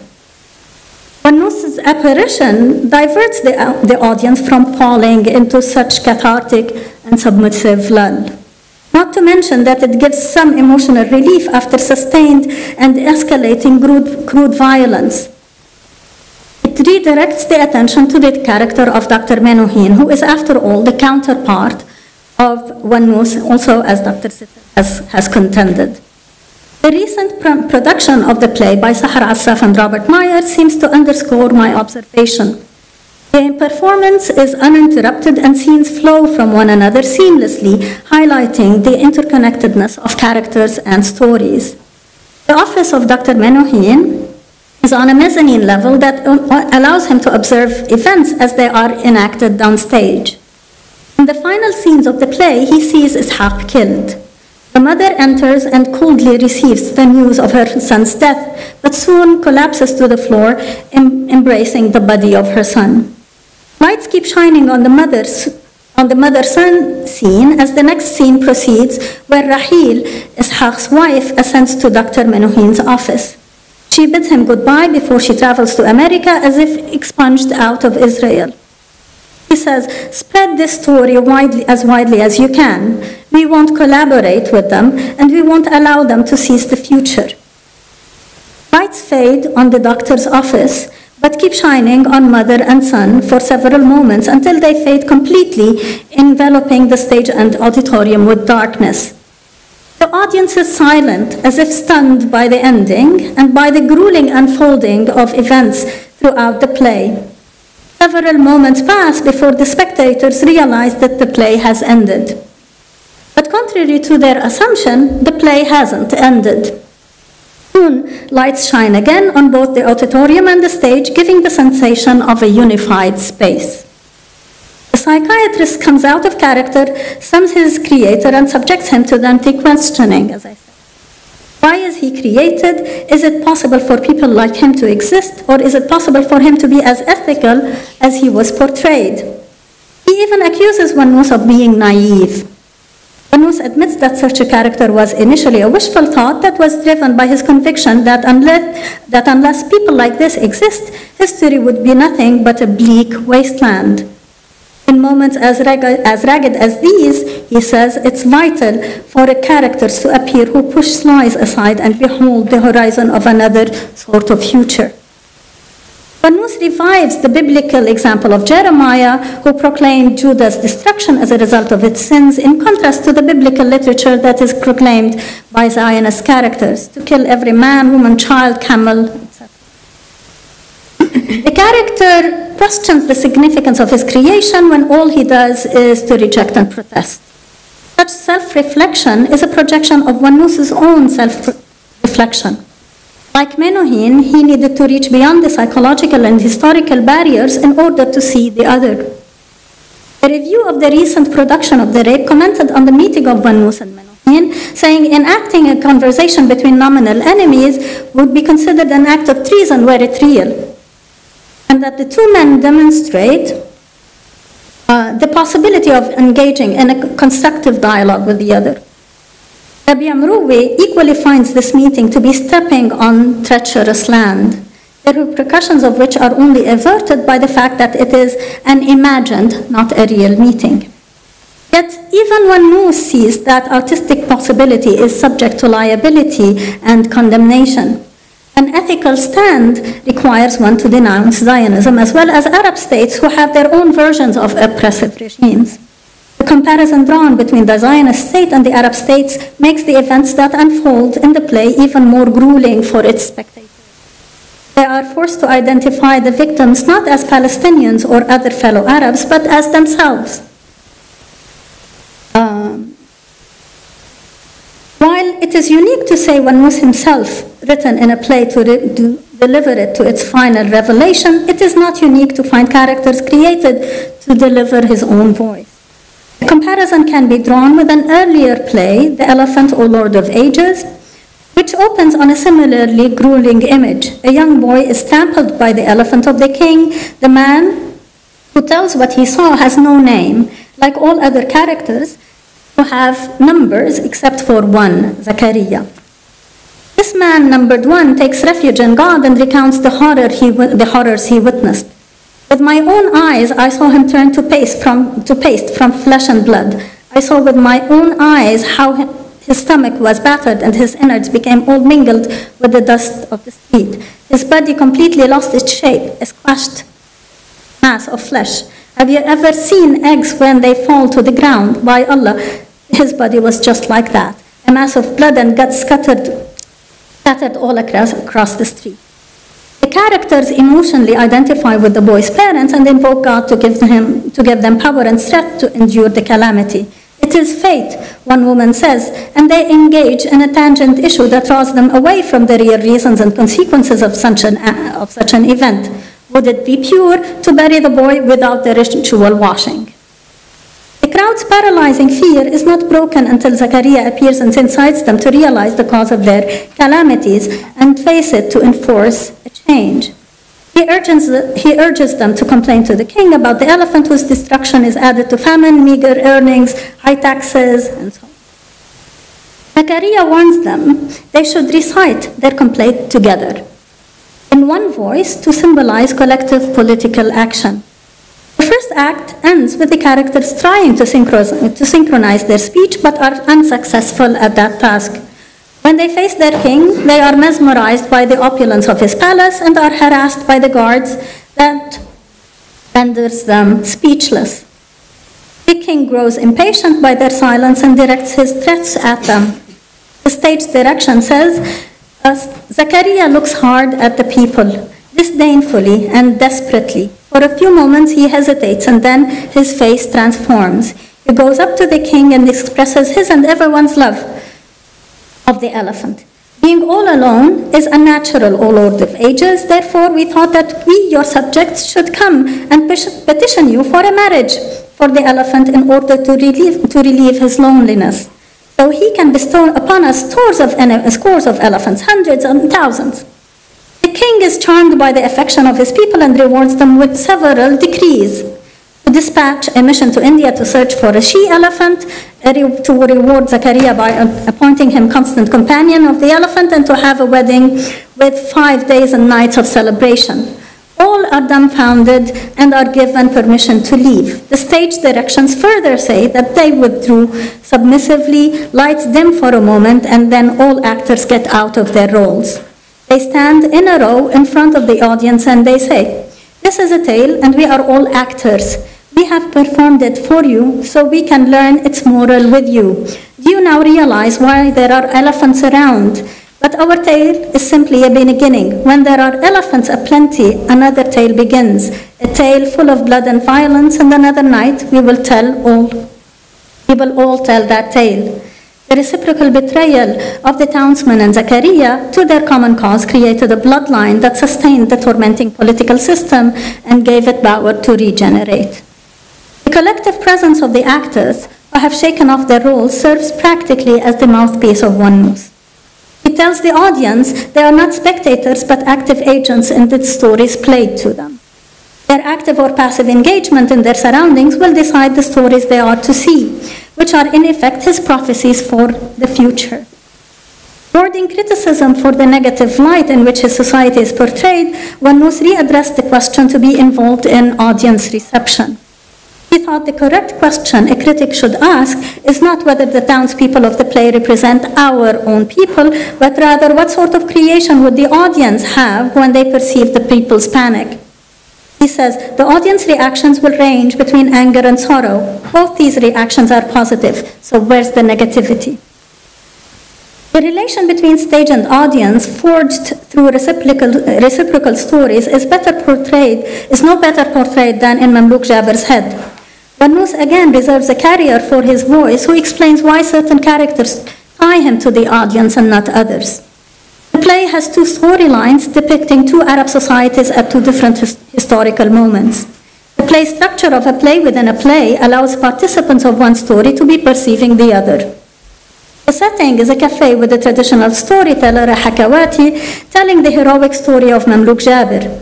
It takes them to Baghdad that fell prey to the power struggle between the caliph and the wazir. As the latter conspired to seek outside assistance, the caliph had the city closed off in fear that communication be exchanged between the vizier and outside. Jaber, an astute Mamluk, devises a ruse to have the vizier's message to raid the city smuggled out. He suggested be tattooed on his shaven head, and then he'd be able to smuggle it outside as his hair grows back. The Hakawati who narrates Jaber's story to the cafe patrons looks neutral and detached throughout the play. His emotional distancing is contrasted with the audience's involvement with what is narrated, that is further strengthened as it is enacted among them. The shared space and the fluid continuous movement between both storylines exemplifies the connection between both. Hakawati's audience sees Jabir unconcerned with the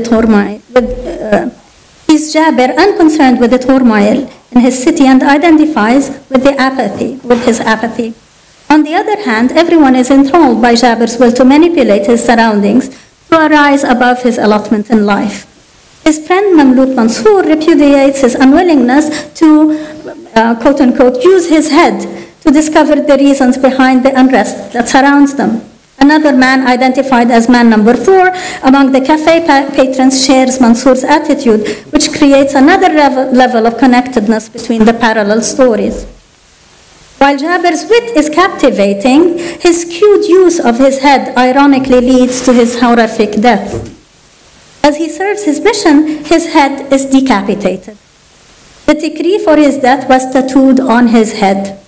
The executioner rolls the head towards the Hakawati, who picks it up unceremoniously.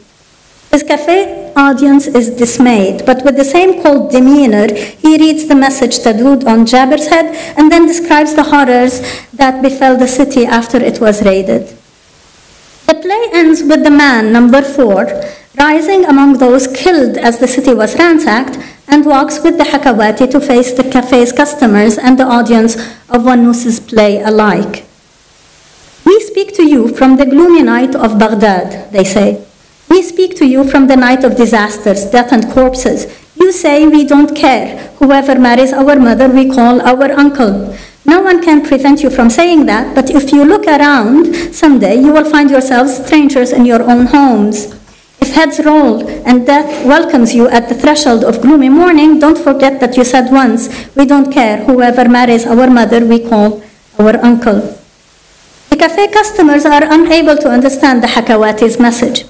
They insist on hearing the heroic story of Beirut the following night in order to lift their sorrows and distance themselves from the peril they live in.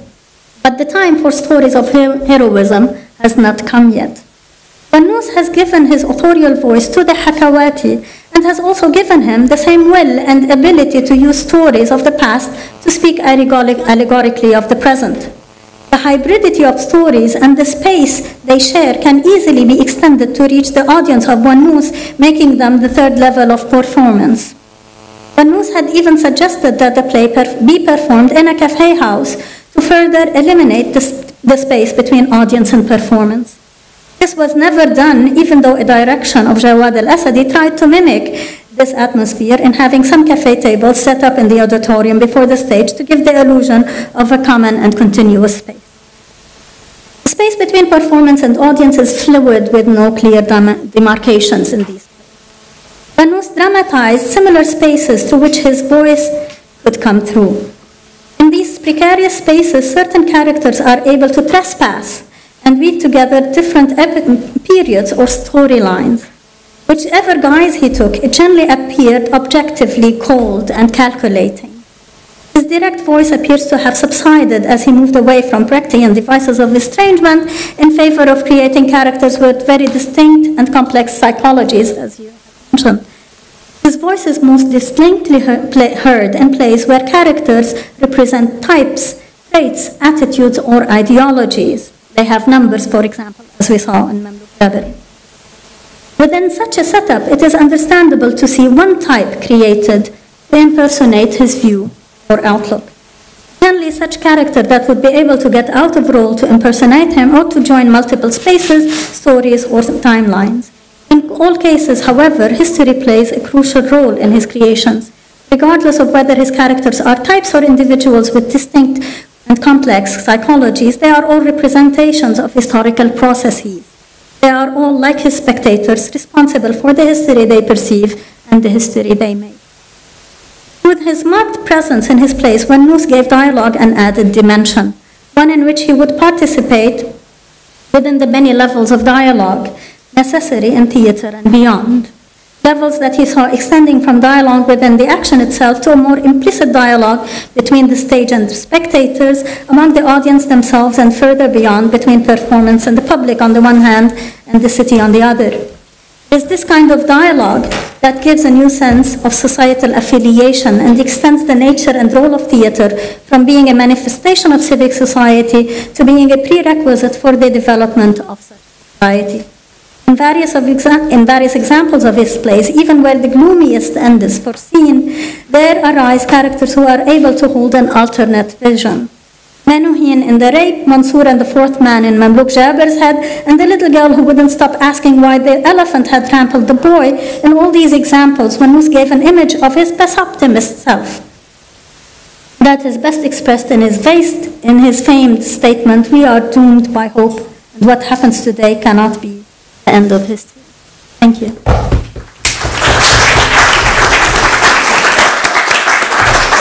Thank you very much, Nada. So thank you to all three again. First of all, Friederike, for linking the developments that you traced from politicizing theater to individual humanism to a larger discussion on violence, and here bringing to mind Camus, Sartre, and Fanon. Thank you, Elias, really for framing Wannous' play The Rape into the larger debate, into a political context, first of all, and into the larger debate within the Arab left, and for leaving us with this really powerful image of picture on the poster.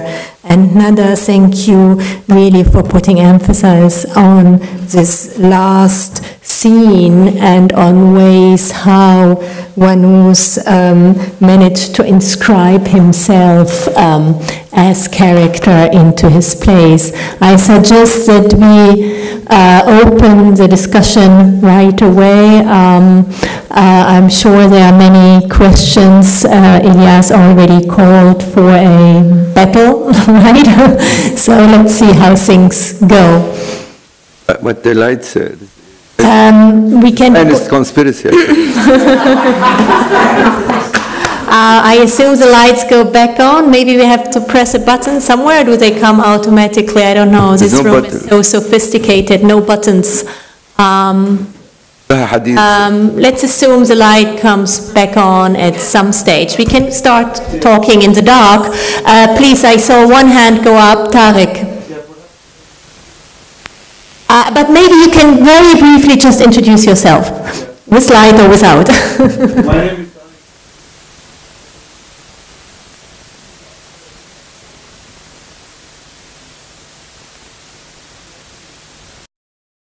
in display. The product of the defeats that take place within, as you indicated, of the 67 war, but also within the ideological divisions within the communists and the literary communists from Yusuf al-Sabai right the way down the line from the journals that they were writing, that this was a reflection of that. But Friederike, I was really quite alarmed by the speed with which you were trampling over concepts within history and avoiding issues of the theft of land, of the fact of colonization, of racism, and the interpretation of that.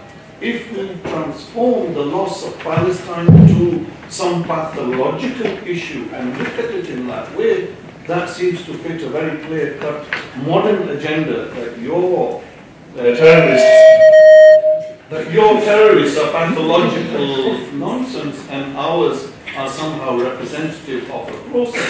To what extent is this reinterpretation fitting into the sort of modern concepts which are really getting rid of the core issues, what the problem behind and underneath was the theft of land by a whole colonial process? And finally, really, the question of the other reference that this isn't something unique or even unique in the Arab world. Our poets who wrote the drama from here right away across into South Asia were constantly bringing themselves in as characters within their poetry, and then of course poetry being the vehicle of writing drama at that time. So in that sense it's a continuous right away from this tip of West Asia right to the other end. And really, my final point on this thing is, again, to you, Frederica, talking about the victims and the perpetrators. Is this some sort of a new thing that we are all equals now in our... I mean, I found it, I'm dumbfounded with also the individual humanism. Humans exist because of our collectivity. Individualism exists because of its individuality. And that forms very well into a Western narrative, I should think. Tara is suggesting that we make another. Actually, if you want to reply to your questions, which are, I think, are very interesting, we have to repeat the whole thing. But to be just brief, of course, your remark about question about the left and the impact of the defeat of 1967 on the interior debate inside the leftist movement in the Arab world, and first of all inside Palestine and in the Arab world, is very interesting and it's very important. And actually, just not to be fair, because it's impossible to be fair in 2 minutes. To be fair, one can say that the defeat was read in the intellectual level from mainly two major different points of view. One of them was the criticism of the regimes, which would lead to a process of Marxization, let's say, of the Palestinian movement. The Arab National Movement will adopt Marxism-Leninism, and then the Popular Front, the Democratic Front, and so on and so forth. The second thing was the awareness of the communist parties that they are outside the enjeu. They wanted to enter the enjeu in a way or another, which reflected itself in the in the conference of the Lebanese Communist Party in 1968, which changed the whole discourse, the communist discourse, from accepting partition to refusing partition and so on, and etc., and to participate in the armed struggle. And I think one of the things that the left concentrated on was this Palestine, which I mentioned in my paper, but very, very quickly, shifting to the Palestinian debate and making the debate inside the Palestinian struggle, which I think was interesting, but also, on the other hand, it was a kind of feeling that they cannot push the debate inside different countries. I mean, the question of the defeat in a country like Syria, why Syria was defeated, was not, as far as I know, was never discussed in the literary field in a serious way.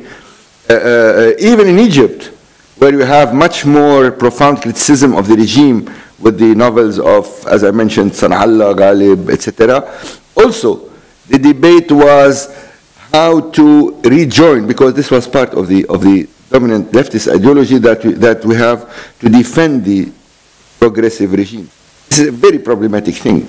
Now, inside the Palestinian issue, where Saadallah's play is, and I think here we must read it as of course, there is something very, very powerful and very interesting in what Frederica said, because there is a shift in Saadallah's playwriting, and I may say that this shift is related mainly to the situation of facing death, which will lead him to have more characters, individuals, and so on, which is very obvious in his works.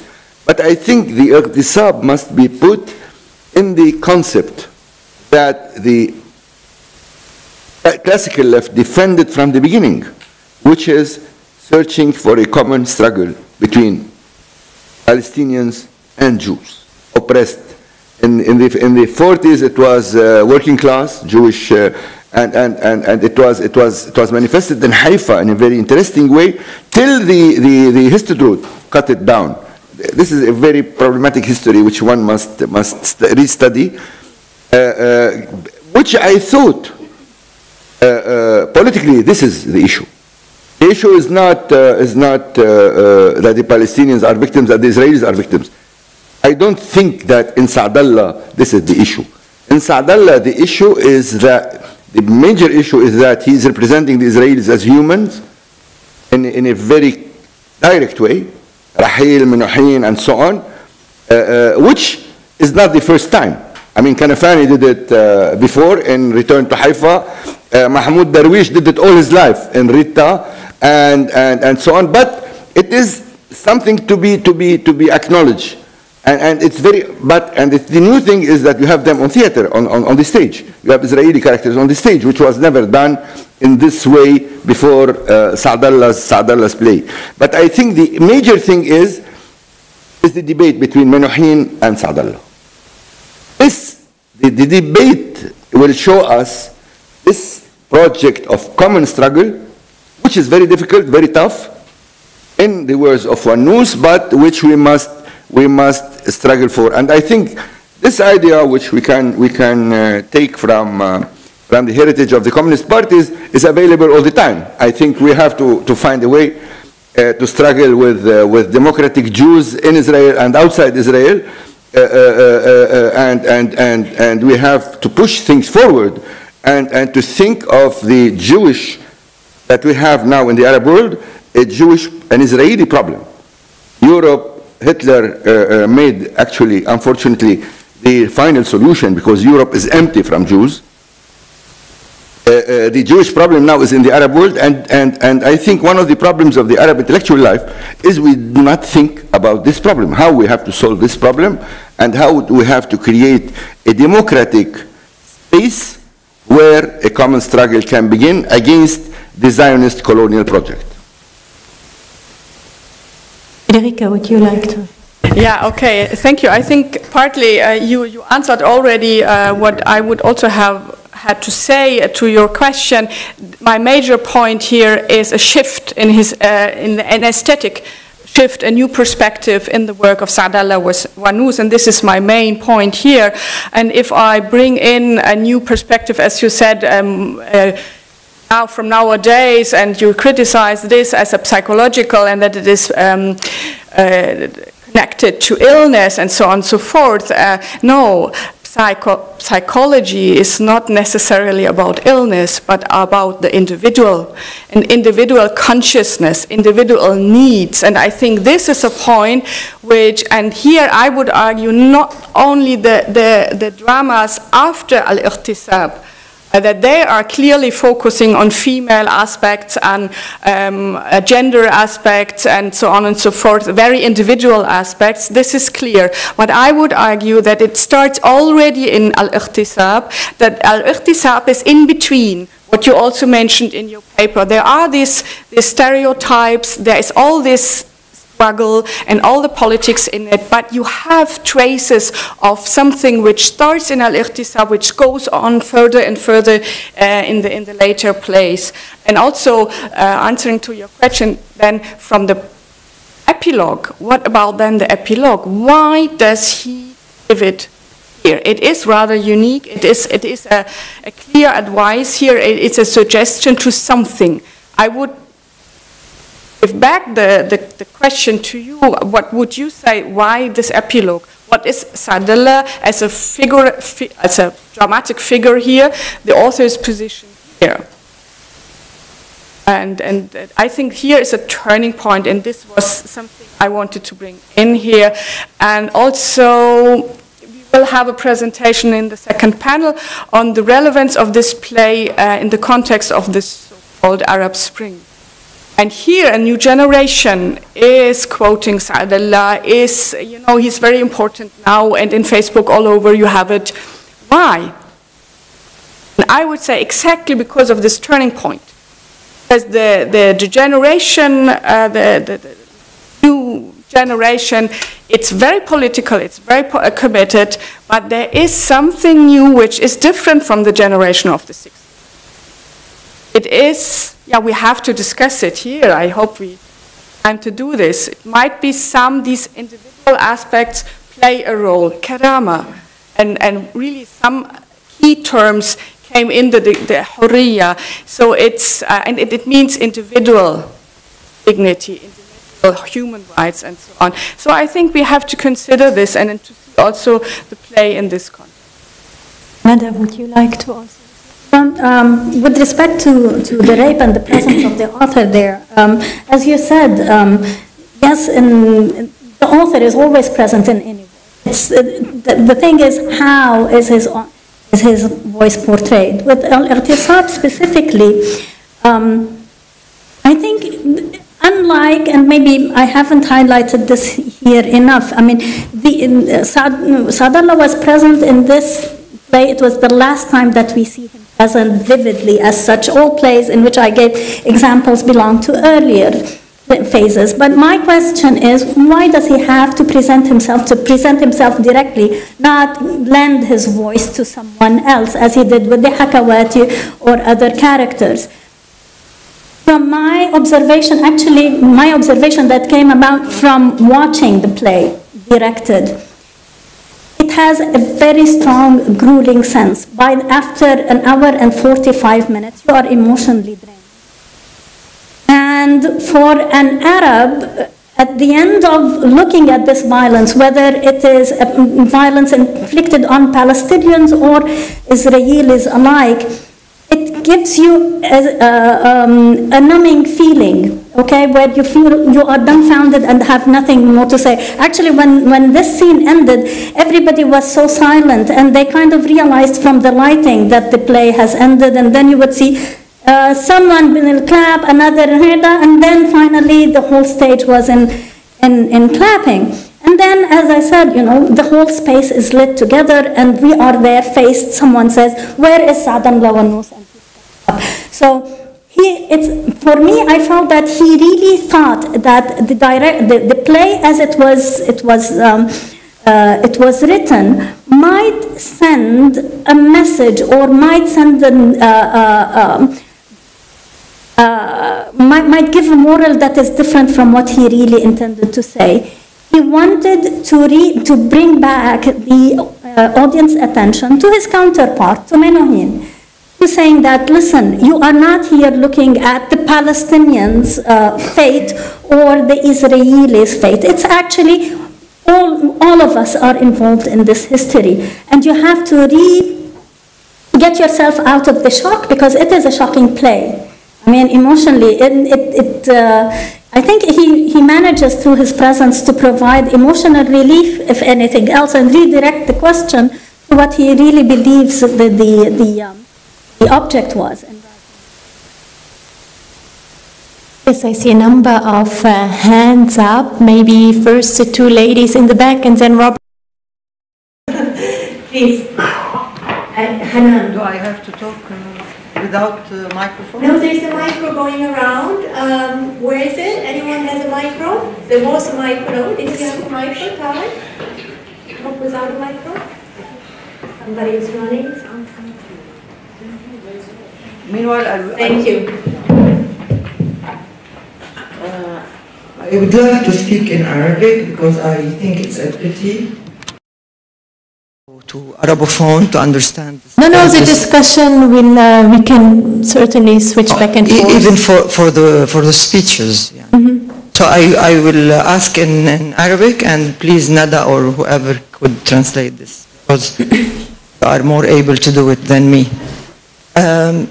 First of all, I would like to ask Frederique, because I really I cannot recall, ما فيني اتذكر إذا الإبيلوج تغير بين النسختين اللي حكيت عنهم فريدريك. ما مغير. Just to briefly, for those who don't understand, anyone who doesn't understand Arabic, we need to translate?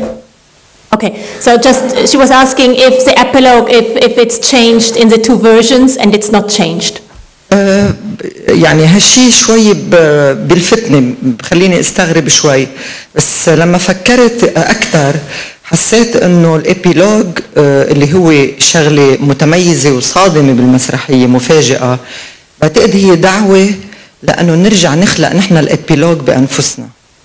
وبعتقد إنه هالحوار اللي صار بين الحكيم وبين الشخصية الافتراضية اللي هي سعد الله ونوس الشخصية الكاتب، عم يتطلع عليها سعد الله ونوس الإنسان، هو طيب وبيتأمل إنه ناس تاخد محله من بعد ما مات.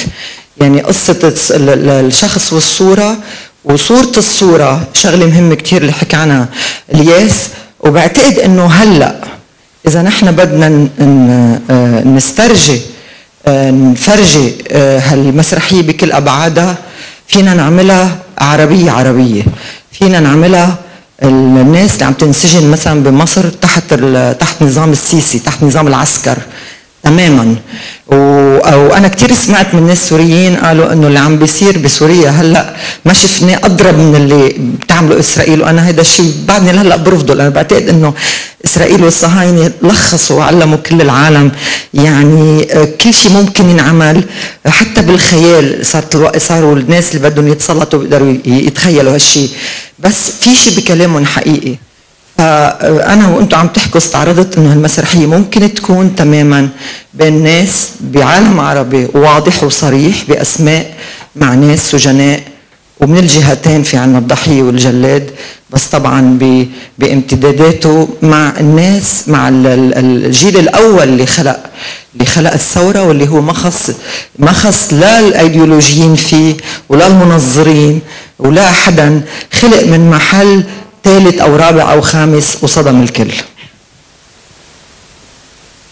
Shall we very briefly just like summarize? So she was saying that the epilogue really stands out, and you pointed out in particular what Elias talked about, the relation of person and the image of the image.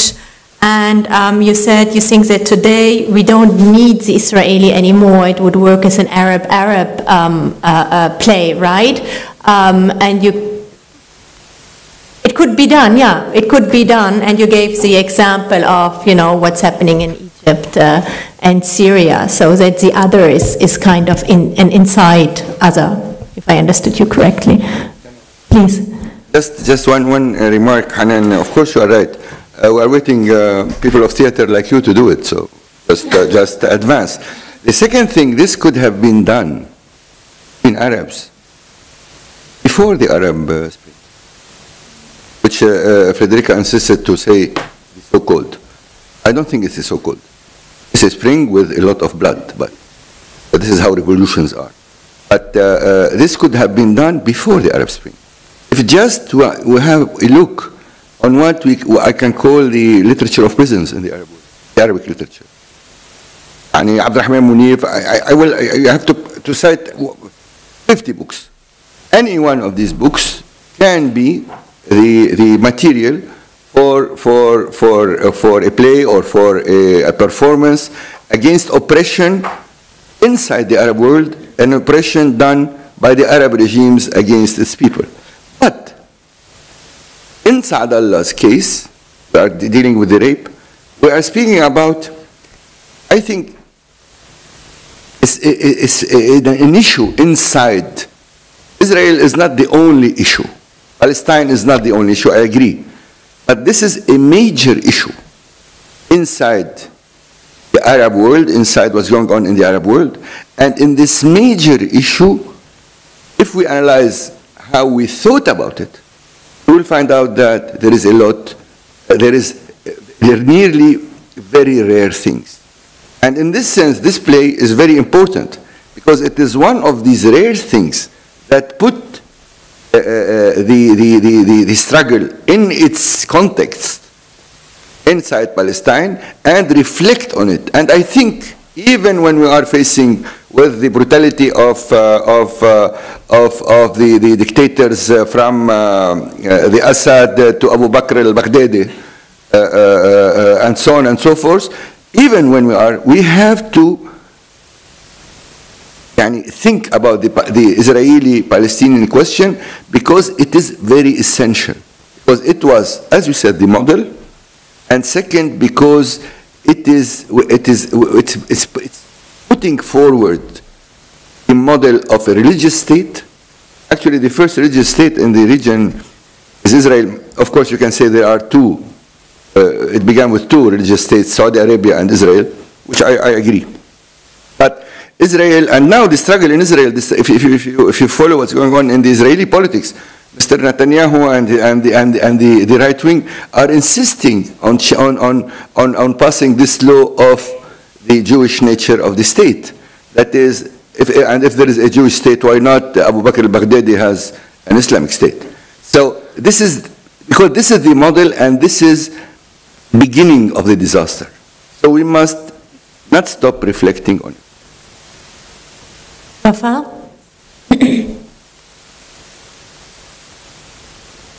Thank you very much for this, firstly for the performance of the play on the stage, which I was very lucky to attend, and then for this scholarly works that I have just attended.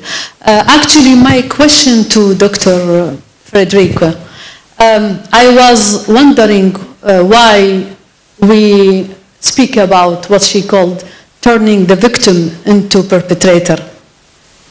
For example, when I was a kid, 1970s, and under Ba'athist regime in Iraq, we were calling those people who were killing themselves, let me say participate, in the armed struggle of the Palestinian by PLO. We used to call them fidaiyin. But we have forgotten this word, to tell you the truth. And no one mentioned it here. And I feel sorry for that. And you know, even in our English text, when I was a kid, the fidaiyin is translated into self-sacrificers. So why we don't call Talal as self-sacrificer? Why do we call her perpetrator, turning the victim into perpetrator? This is question one. Another question to Mr. Khouri and to Saud. I was wondering how Wannous uses the Arabic or his pride in the Arabic language to convey his concern about the Palestinian issue.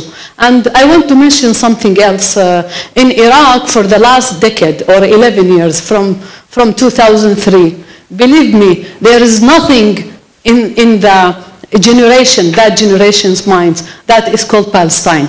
It's completely brainwashed in our country. In my country, it was the first word we always mention, before 2003. But after that, with the American invasion until now, there is nothing called Palestinian issue.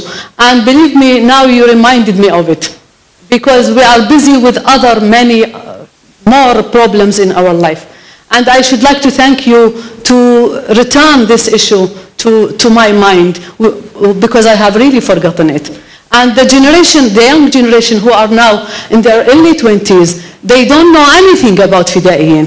They don't know anything about Palestine, even though we see it in the TV or in the satellite. So I want to know about the equalization, if it is correct, or if I am wrong in understanding. Why do we call the victim a perpetrator because she has participated in fidaiyin or Amaliyah Fidaiya? And how does the use of the Arabic language as a pride in his works? Thank you very much. Thank you. Thank you for the question. I did use the word self-sacrifice to describe what Talal is doing. And of course, she's a fidaiya, of course. No matter really. But what self-sacrifice, act of these amaliyat istishhadiyya or fidaiya, this act has two sides. It's both. It's a victim who does this, and it's a perpetrator in the moment killing somebody else, structurally speaking. So this is this ambiguity in the term. So you have it, and I would say this is a very crucial point, that we have both sides. We have to deal with it philosophically and individually and psychologically. And this is also, I would say, why I personally brought in this Fanon Sartre issue, because how legitimate is it for the person? What about the person who does such an act? What happens to the person doing acting as somebody who acts out violence, him or herself? What does it do to the personality? Have to cope with this, and if, in which way? Oh, this was my point, that we have both of these sides in.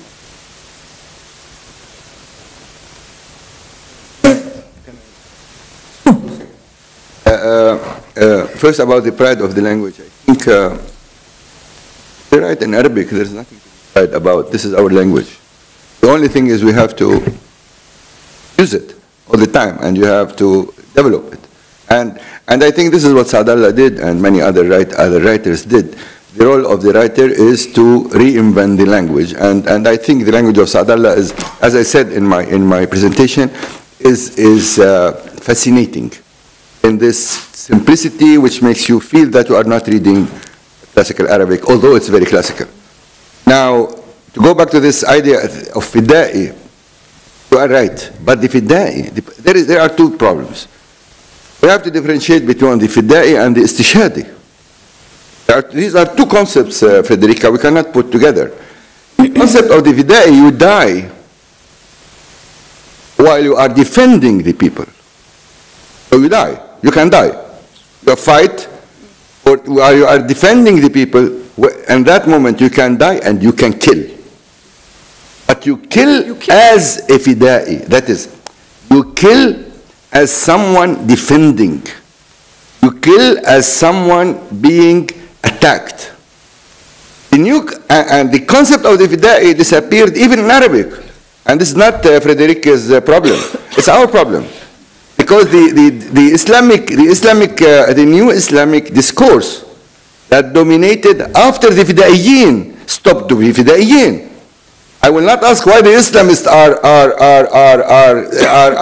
on the stage without asking why the fida'iyyin left the stage and became, if we take the PA, for example, the Palestinian Authority became a kind of collaborators. So first of all, we have to bring back the term fida'i so that the discussion will work.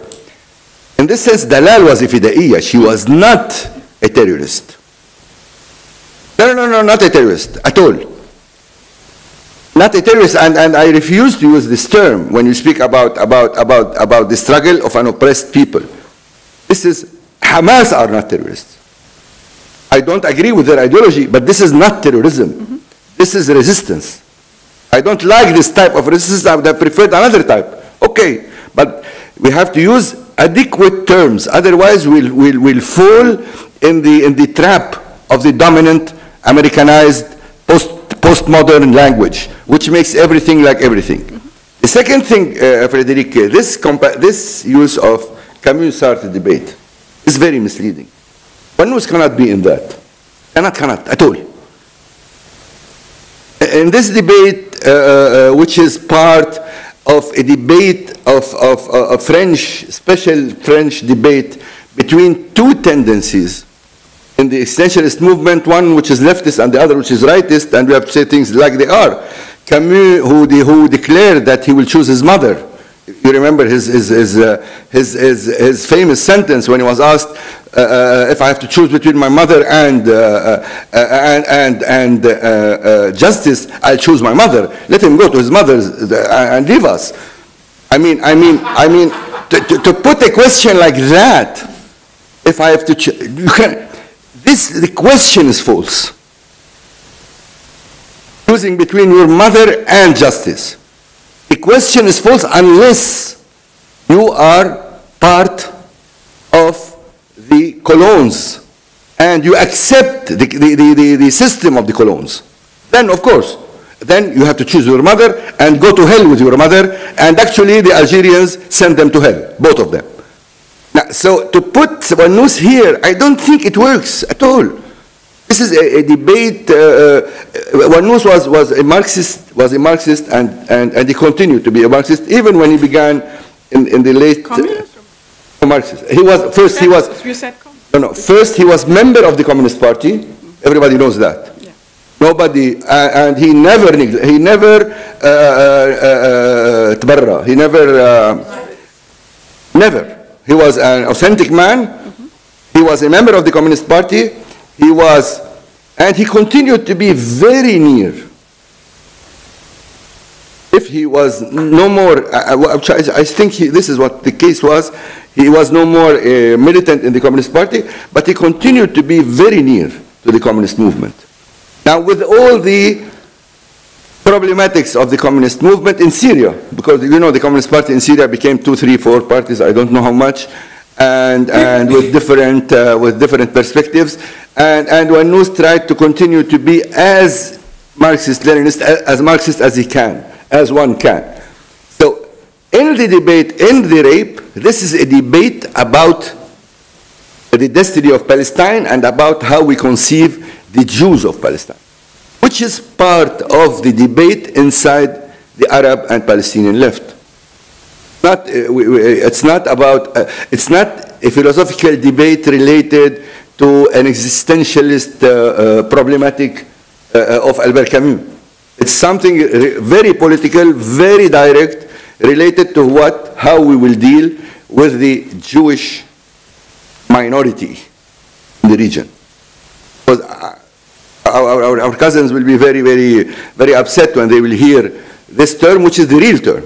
We have a Jewish minority in the region, and we have to find ways to deal with this minority with all respect and with all acceptance, but with a refusal of the colonial project. Thank you. We have one more question, maybe two. We can maybe get them together, and then so Robert Myers and Edward Seater, two questions, and then responses, and then afterwards we continue the discussion during the lunch break. Please do stay with us. We have a lunch break afterwards over here, and we will move some of the discussion over there. Please, Robert. Thank you.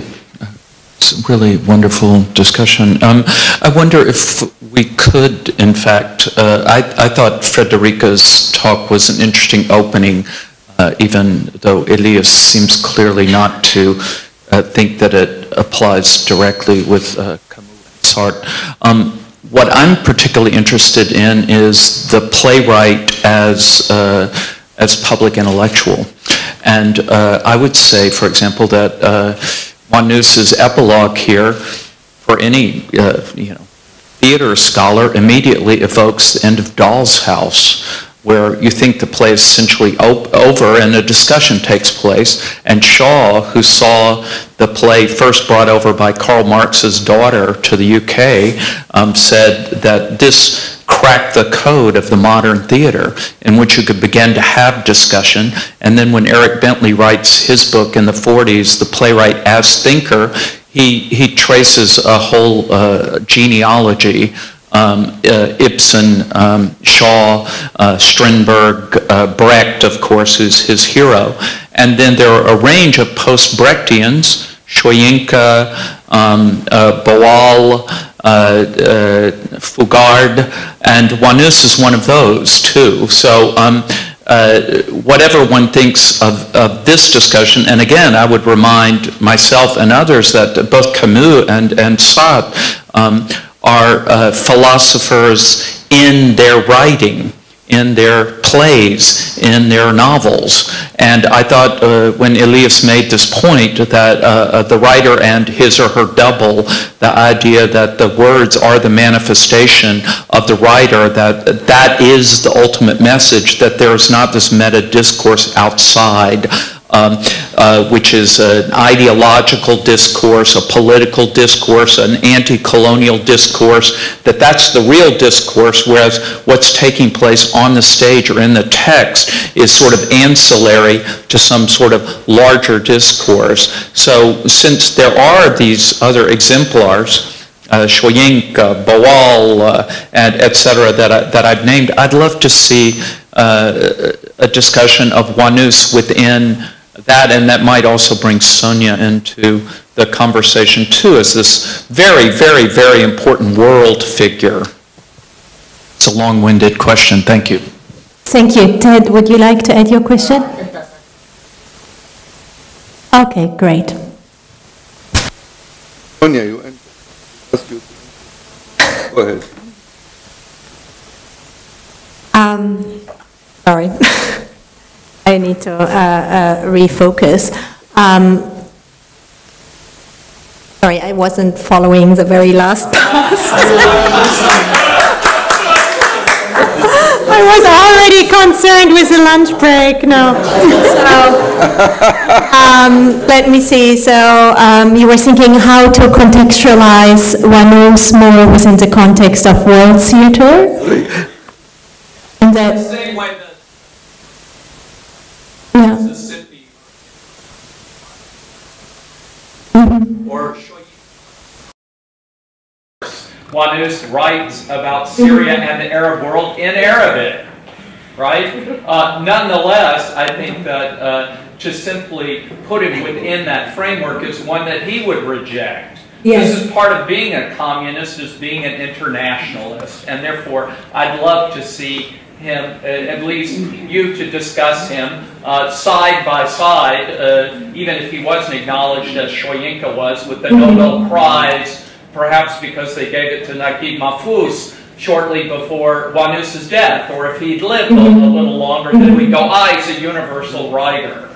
We wouldn't be talking about him as simply, which is not to be reductionist. I'm simply saying that, you know, these issues were being dealt with by other writers in other contexts, and he was well aware of them, and you know, clearly was a cultural critic. And I certainly agree with that, and I think it's helpful to look at Wannous in the, you know, closer, if you want, political context of the Arab world and, you know, the Palestinian question in particular, or the Jewish question, as Elias put it. I think it is very important to, you know, look at him in this broader context, and I think this is really also, you know, your contribution was taking his place, you know, abroad, right? And this is why I was actually very happy that Friederike brought in the discussion of violence, right? Where I think this is where we can really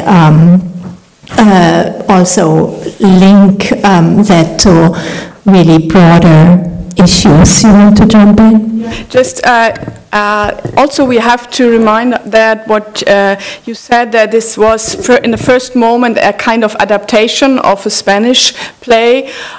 So the international context was already in, and as I already mentioned in the beginning of my paper, that as far as I understood Saud Wannous, his orientation and self-understanding was always as being a part of an international, so artists, not movement, but community, and so it's very clearly here, and therefore I had the idea to bring in these Fanon, Sartre, Camus debate, not to say that it is the same kind of conflict here. I wanted to provoke a little bit, and I realized it worked very well, because I wanted to get here for a publication I wouldn't dare before, because of course for the political context and the internal Arab, of course you have to have a very close look and to have the political context. I'm very grateful that you mentioned this context. Of course we have this, but on the other side we have this kind of universal and philosophical, yes, philosophical question, what is violence, and so on and so forth. So, and I would argue that Saud Wannous had these philosophical issues in his mind, and so we have to bring it up here in a discussion. But I would like to also to add that the local here, I think, and here Wannous is really typical, if you want, for his generation, and really standing out for his generation, that his emphasis on, you know, the local also makes him stand out then internationally, that he's really bringing something new and something, you know, special to world theater, right? So it's not just following, you know, outside models, but he's also, this focus on the local allows him really to make a real contribution, right? So thank you very much. We'll continue the discussion in the lunch break. Please do join us. And then we start with our second panel at 2 o'clock. Lunch break, we have to lunch. We have the lunch break right here in the foyer.